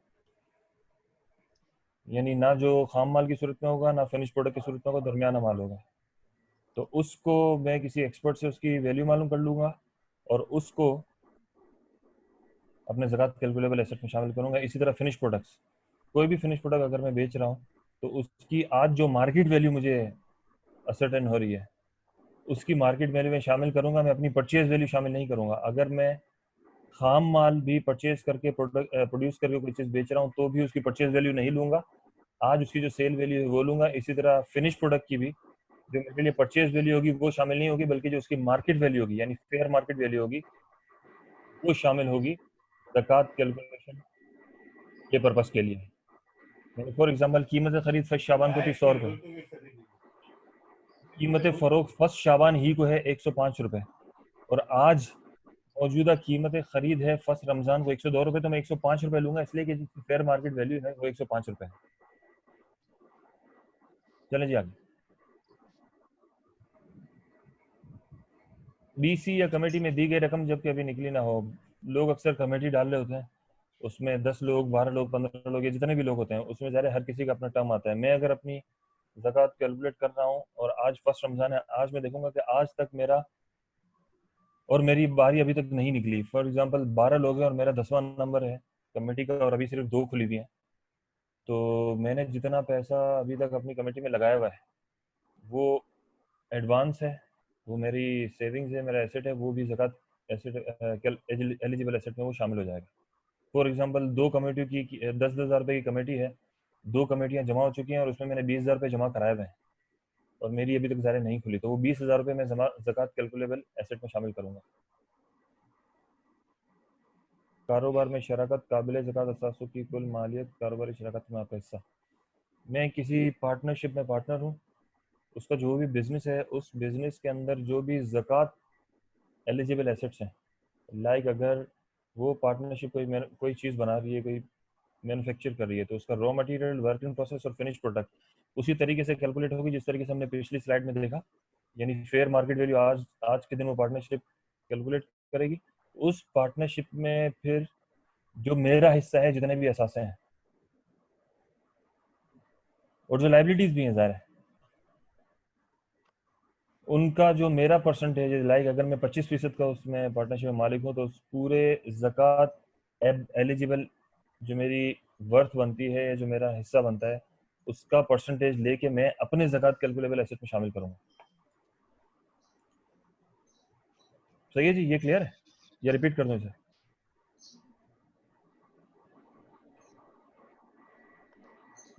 कंपनियों के शेयर्स,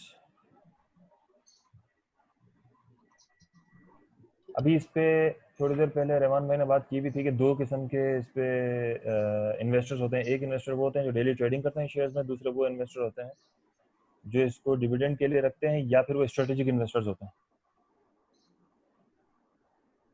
तो जो लोग इसे डेली ट्रेडिंग के लिए इस्तेमाल करते हैं, उनका तो तरीक़ाकार सीधा सीधा ये होगा कि अगर आज मेरे पास कल, मैं आज के दिन अपने ज़कात कैलकुलेट करने के लिए बैठा हुआ हूँ, तो गुजरे हुए कल यानी फ्राइडे को या थर्सडे को जो भी मेरे पास शेयर्स शाम 4 बजे मार्केट ख़त्म होते हुए जितने शेयर्स मेरे पास बच गए थे, जितनी भी कंपनियों के, उनके शेयर्स की मैं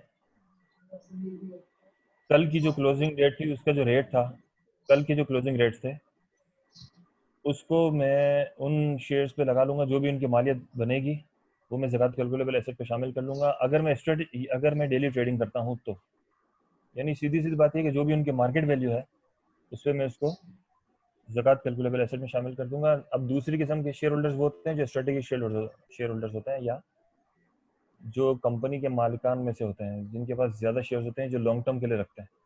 उनका तरीक़ाकार ये है कि वो अपने जो भी परसेंटेज ऑफ होल्डिंग है उनकी शेयर्स की, ज़रा वो डेली ट्रेडिंग नहीं करते, इसलिए वो मार्केट वैल्यू नहीं लेंगे, बल्कि वो जिस दिन ज़कात कैलकुलेट कर रहे हैं उस दिन अपनी कंपनी के शेयर्स की टोटल परसेंटेज देख लेंगे कि कितने हैं, 20% है, 10% है, 15% है,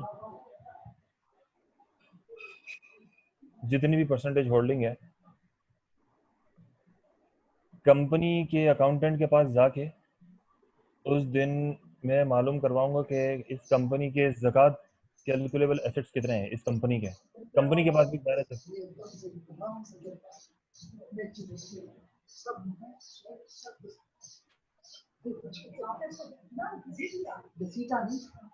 वो मैं कुछ बयान कर रहा था तो एकदम से ये पीछे वो साइड में हो रखा था ना, वो डिक्शनरी रखी ताकि मैं यहाँ पे एक बार हैंडल कर दरार हो गया। आगे आपको करना नहीं, मेरा नहीं है। माइक म्यूट कर दें सबके। तो कंपनी के जो ज़कात कैलकुलेबल एसेट्स हैं, हेलो आवाज़ आ रही है? ये आ रही है या भाई? अच्छा ठीक है फैसल भाई, ठीक है, थैंक यू। कंपनी के स्ट्रेटेजिक इन्वेस्टर्स हैं, वो अपने अकाउंटेंट के पास जाएंगे या कंपनी को लेटर लिखेंगे कि मेरे इतने परसेंट शेयर होल्डिंग है, मुझे ज़कात कैलकुलेशन के लिए ये बता दीजिए कि कंपनी की जो ज़कात कैलकुलेबल एसेट्स हैं वो कितने हैं और ज़कात कैलकुलेबल लाइबिलिटीज़ हैं वो कितनी है। ये दोनों फिगर्स अपने पास लेके अपनी परसेंटेज उसमें निकाल लेंगे। लाइक अगर उसके पास 10% शेयर होल्डिंग है तो वो उसमें से 10% हिस्सा निकाल के अपने पास नोट कर लेंगे, ठीक है। एसेट्स भी लाइबिलिटीज़ भी बिल्कुल उसी तरीके से जिस तरह ऊपर हमने पार्टनरशिप के लिए मालूम किया कि पार्टनरशिप में भी वो जो पार्टनर है वो अपने हिस्से के ज़कात कैलकुलेबल एसेट्स और ज़कात कैलकुलेबल लायबिलिटीज अलग से लिख लेगा। ठीक है, क्लियर है ये? यानी जो शेयर्स का डेली ट्रेडर है वो तो मार्केट वैल्यू पे सीधे सीधे शेयर्स की वैल्यू ले लेगा। फॉर एग्जांपल OGDCL के लाख शेयर्स अगर उसके पास हैं तो वो ज़कात कैलकुलेशन करने के लिए जब बैठेगा तो आज सुबह अगर बैठा हुआ है तो कल की क्लोजिंग वैल्यू ले लेगा। कल अगर मार्केट खुली थी तो, वैसे तो कल सैटरडे था, मार्केट बंद थी, लेकिन मैं मिसाल के तौर पर कह रहा हूँ कि कल की जो क्लोजिंग रेट्स है OGDCL के वो अप्लाई करेगा अपने OGDCL के लाख शेयर से, अगर वो डेली ट्रेड करता है। डेली ट्रेड से मुराद ये है कि उसका काम ही शेयर्स में ट्रेडिंग है, उसका जो घर खर्च है वो शेयर ट्रेडिंग से चलता है, उसने सेविंग्स के लिए नहीं रखे हुए, डिविडेंड के लिए नहीं रखे हुए।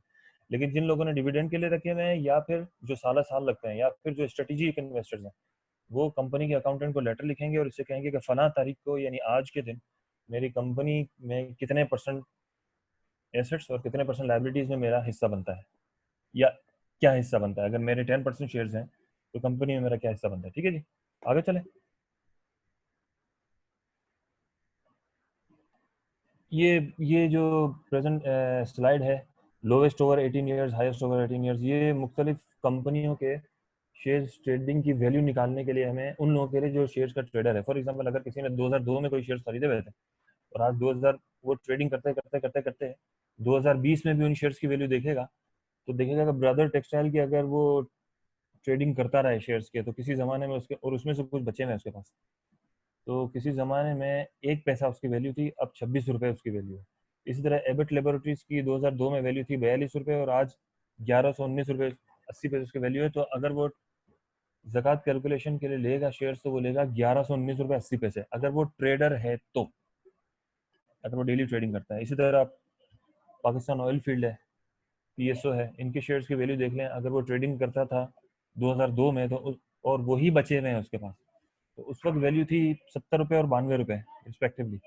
लेकिन आज जब वो ज़कात कैलकुलेशन के लिए लेगा तो 722 रुपये और 514 रुपये की वैल्यू लेगा अपने ज़कात कैलकुलेशन के लिए। अगले उस पर, इसके बाद की स्लाइड पे आ जाए। यानी जो भी करंट वैल्यू थी अपनी ज़कात कैलकुलेशन करने वाले दिन से एक दिन पहले क्लोजिंग वैल्यू थी शेयर्स की, बोलेगा। ये भी वही है, शेयर्स की वैल्यू है। इसमें सीधा सीधा उसूल ये है, इन स्लाइड्स का मकसद ये है कि हम पुरानी वैल्यू नहीं ले सकते, हमें लेटेस्ट वैल्यू लेनी पड़ेगी।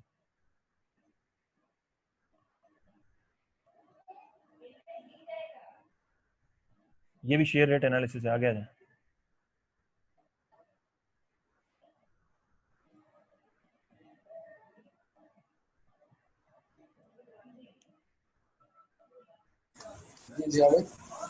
हाँ, हलाल और हराम माल गड़बड़, अगर किसी का हलाल और हराम माल गड़बड़ हो जाए और हलाल माल मुतय्यन नहीं किया जा सकता तो ज़कात की अदायगी कुल मालियत पर होगी। फॉर एग्जांपल खुदा ना खास्ता किसी ने किसी ऐसी जगह इन्वेस्टमेंट कर दी या उसको पता है कि ये मेरा माल है, ये तो हर साल किसी ऐसी जगह से आता है जहाँ कुछ ना कुछ हराम मिलने का चांस है। फॉर एग्जांपल अगर उसने किसी ज़माने में कोई बैंक अकाउंट खुलवाया हुआ था और उसको याद नहीं रहा उसमें से कितना पैसा उस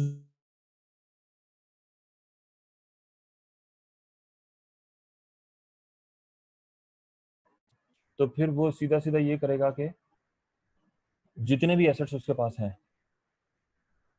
वो सारे के सारे शामिल कर लेगा। वरना अगर उसे पता है कि इतना माल हलाल नहीं है यानी जायज़ ज़राए से नहीं कमाया हुआ तो उसको अलग कर देगा।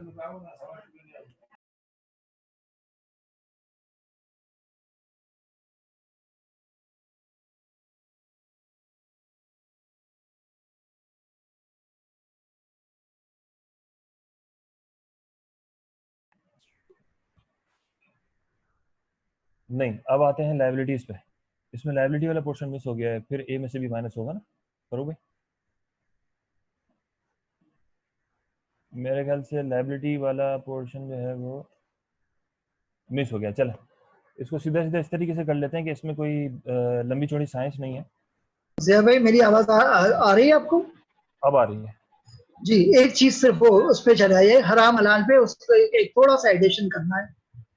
जी जी बिल्कुल बिल्कुल, please if you don't mind. नहीं नहीं बिल्कुल बिल्कुल।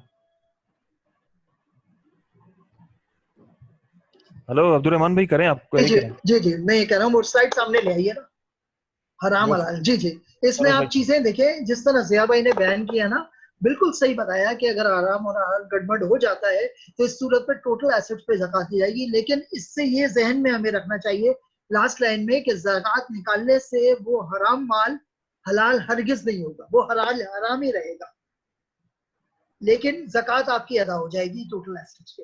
इसलिए ये जहन में किसी के ना रहे कि इस तरह करने से वो हराम माल जो है ना वो हलाल। बस ये बताना। ओके, कंटिन्यू करें से अभी। अच्छा, अब इसमें हम आते हैं लायबिलिटीज की तरफ। यानी ये तो सारे हो गए एसेट्स, जमीन जायदाद, पैसे, शेयर्स, बीसी में दिए गए रकम, एलसी, सोना चांदी, ये तो सारे हो गए असास है, इन पे ज़कात नहीं लगेगी। अब आते हैं लायबिलिटीज पे, जो कर्जा हमें चुकाना है। फॉर एग्जांपल आज के दिन जब मैं ज़कात कैलकुलेट करने के लिए बैठा हूँ तो आज के दिन मेरा बिजली का बिल भी आया हुआ है, गैस का बिल भी आया हुआ है, टेलीफोन का बिल भी आया हुआ है, इंटरनेट का बिल भी आया हुआ है। इसी तरीके से मेरा कोई टैक्स या ड्यूटी भी मुझे भरने के लिए चालान आ गया हुआ है। इसी तरीके से अगर मेरे घर में कोई मुलाजमीन है, उनकी तनख्वाह भी ड्यू हो गई है।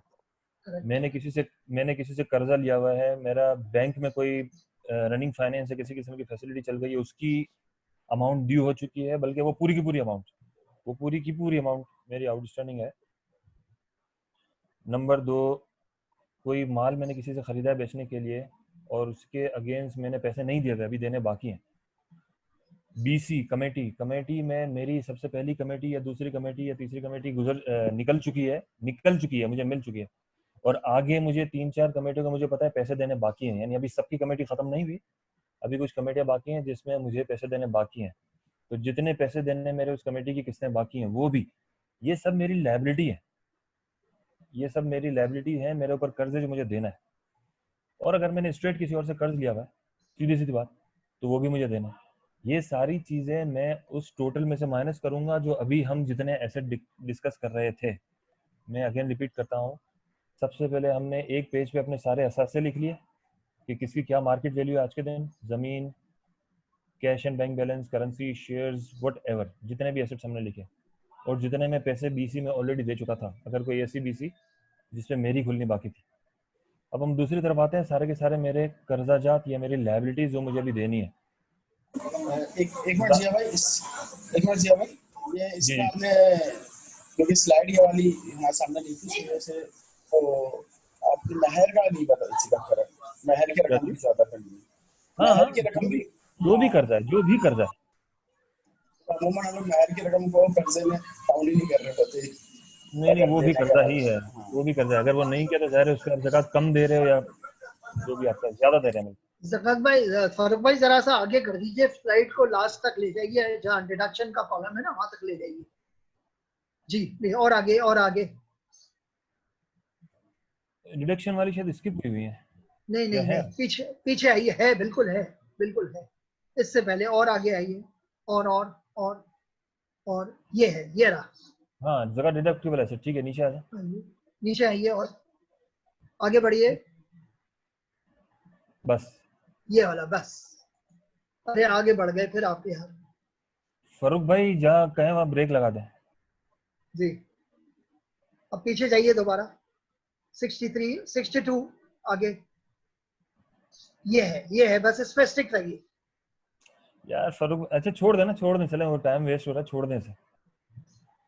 आपके ऊपर जितने भी वाजिबात अदा करने हैं वो सारे के सारे वाजिबात आप एक तरफ लिखें आज के दिन। उसमें यूटिलिटी बिल्स हैं, टैक्सेस जिनके चालान जनरेट हो चुके हैं, एम्प्लॉयज की सैलरी है, जितने भी वाजिबात आपने अदा करने हैं वो एक जगह लिख लें। अब टोटल एसेट्स में से टोटल लायबिलिटीज माइनस कर दें। फॉर एग्जांपल जितने भी आपके असासिद है उसको आपने ए कंसीडर किया, और जितने भी आपकी लायबिलिटीज है वाजिबात देने उनको आपने बी कंसीडर किया। ए में से बी माइनस करें, और अब जो अमाउंट बच रही है वो अगर 46,375 जो भी गवर्नमेंट ने कल ऐलान किया था, अगर उतनी बनती है उस पर आप 2.5% लगाएं और उसको ज़कात में दें। मैं दोबारा रिपीट कर रहा हूँ, टोटल एसेट्स में से टोटल लायबिलिटीज माइनस करें, मींस ए में से बी माइनस करें। अब जो अमाउंट बचती है वो अगर 46,000 फलाना रुपए है, जो भी हमारा ज़कात का निसाब है, उस पर 2.5% लगाएं और वो आप अपनी मर्जी से ज़कात में दे दें। जी अब्दुल रहमान करीम भाई, फरूक भाई और फैसल भाई, अगर मैंने कोई इसमें नहीं करेक्ट है, you are absolutely right sir भाई, एब्सोल्युटली राइट। ठीक है जी।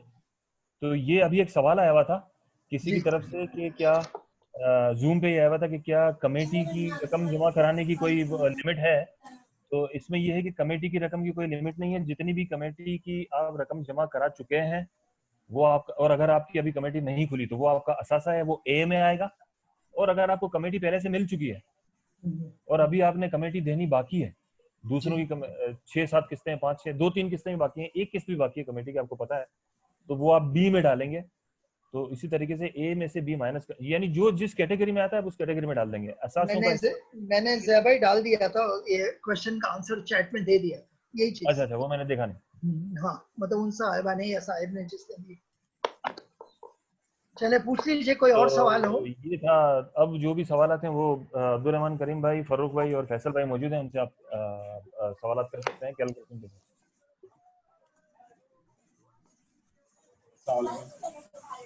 सलाम जी। अब जो सवालात थे और रह रहे तो उसको अब्दुल रहमान भाई और फैसल भाई आप लोग वो कर लें, लोग अपने माइक खोल लो, डायरेक्ट सवाल।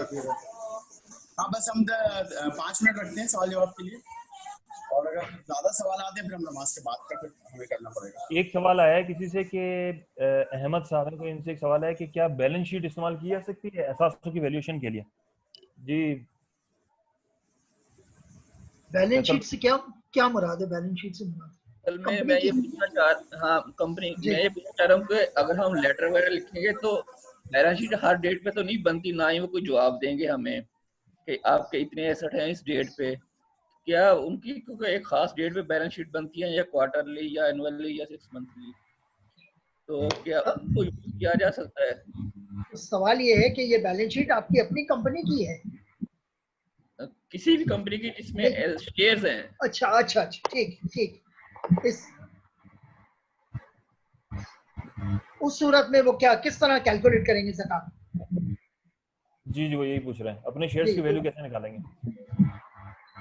ज़ैब भाई, वो ये इसका सवाल तो वही था ना कि कितने फिक्स एसेट्स उसके अंदर हैं उस कंपनी में जिसके शेयर्स उन्होंने खरीदे हैं।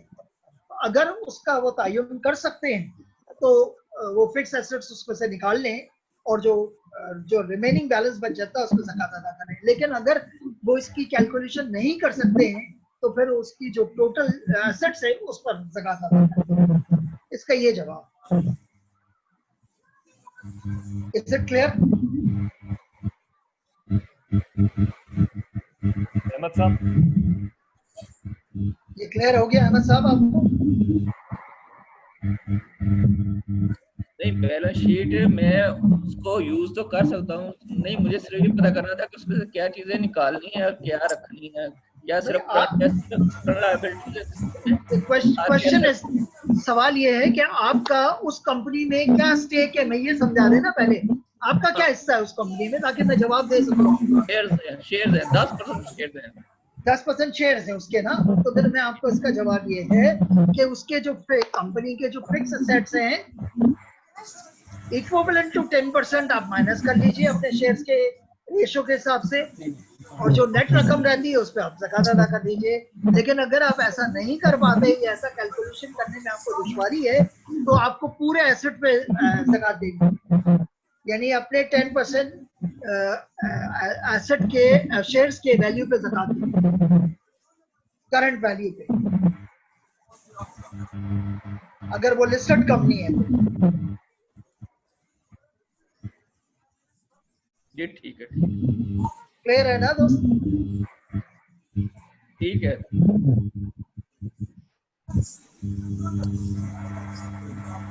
और भी सवाल है किसी का? और किसी का भी सवाल है तो नमाज क्या? नाज आपका कोई सवाल है तो पूछिए भाई। नहीं बस thank you very much. Clear है दोस्तों। असल भाई आपके पास कोई सवाल आया है किसी का? कोई सवाल देखो, अभी क्योंकि नमाज का टाइम हो गया ना। हाँ, अच्छा ये क्वेश्चन आंसर इसको हम कर लेते हैं, और अगर हमें मजीद जरूरत होती तो आप लोग हमें राब्ता कर लें तो हम दोबारा इंशाल्लाह कल या परसों में दोबारा बैठ जाएंगे, यही से हम ज्वाइन कर लेंगे। एक और ये भी हो सकता है कि 2 बजे एक और प्रेजेंटेशन स्टार्ट हो रही है, अगर लोग चाहें 2 बजे से 4 बजे तक, तो अगर पार्टिसिपेंट्स चाहें तो उसमें भी खुद भी शरीक हो सकते हैं और दूसरों को भी करवा सकते हैं। जी मैं इसका लिंक भेज दें, लिंक शेयर मैं अभी नंबर शेयर करवाता हूँ। इसमें शेयर करवा दें। और अभी हमारे आसिफ भाई का भी एक प्रोग्राम है, तो अगर आसिफ गजवादी भाई से कोई सवाल करना है तो वो भी नमाज के बाद अवेलेबल होंगे। राज भाई आपका भी कोई सवाल नहीं है? जी महराज भाई आपका भी कोई सवाल नहीं है?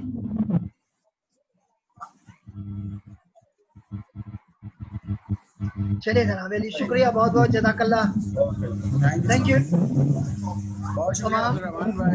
ये भाई लिंक शेयर करवा दें पहले। जी मैं अभी कर रहा हूँ, एक सेकंड। 1 मिनट ताकि लोग देखने शुरुआत करें। ठीक है अब्दुल रहमान भाई, बहुत बहुत शुक्रिया, आपने टाइम दिया और कोई मसला नहीं, बहुत के साथ गए। वेलकम भाई, वेलकम, बहुत शुक्रिया जनाब। अस्सलाम वालेकुम। फैसल मुबीन भाई CEO इंफॉर्मेशन कंसल्टेंट, इनकी सपोर्ट रही और ये पूरा प्रोग्राम इन्होंने मैनेज भी करवाया और हमारे साथ भी रहे क्वेश्चन आंसर के लिए। ICMAP के सीनियर मेंबर हैं, बल्कि इलेक्टेड मेंबर हैं। फैसल मुबीन साहब वो हमारे साथ हैं। जिया भाई CFO खादिम अली शाह बुखारी ग्रुप, आपका भी बहुत बहुत शुक्रिया। और जिया भाई लिंक वगैरह जो है वो आप ये Zoom ID और पासवर्ड मैं भी शेयर कर रहा हूँ। बाकी सारे पार्टिसिपेंट का बहुत शुक्रिया। इसके अलावा कोई और अगर डायरेक्ट क्वेश्चन हो तो हमारे ग्रुप में आप डाल सकते हैं, तो विद इन 1 डे आपको आंसर दे दिया जाएगा या आपको कॉल करके अपडेट कर दिया। और अगर कोई ऐसा टिपिकल क्वेश्चन है जिससे ऑर्गेनाइजिंग की जरूरत है तो दारुल उलूम से जो है फैसल भाई और अब्दुल रहमान भाई ये कनेक्टेड है, तो ये डायरेक्ट आपको फतवा लेके भी दिया जा सकता है। जज़ाकुल्लाह।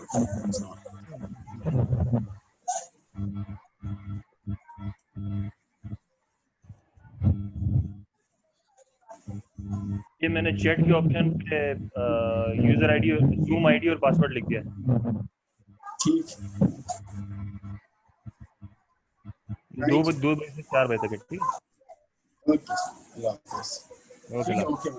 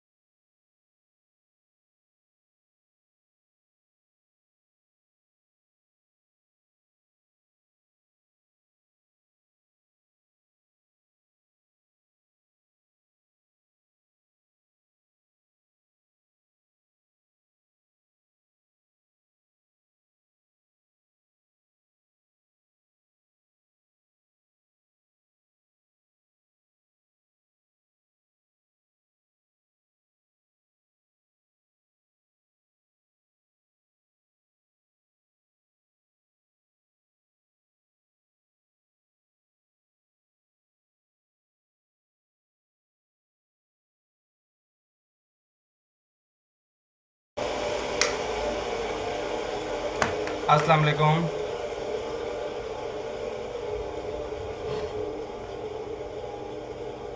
अस्सलाम वालेकुम।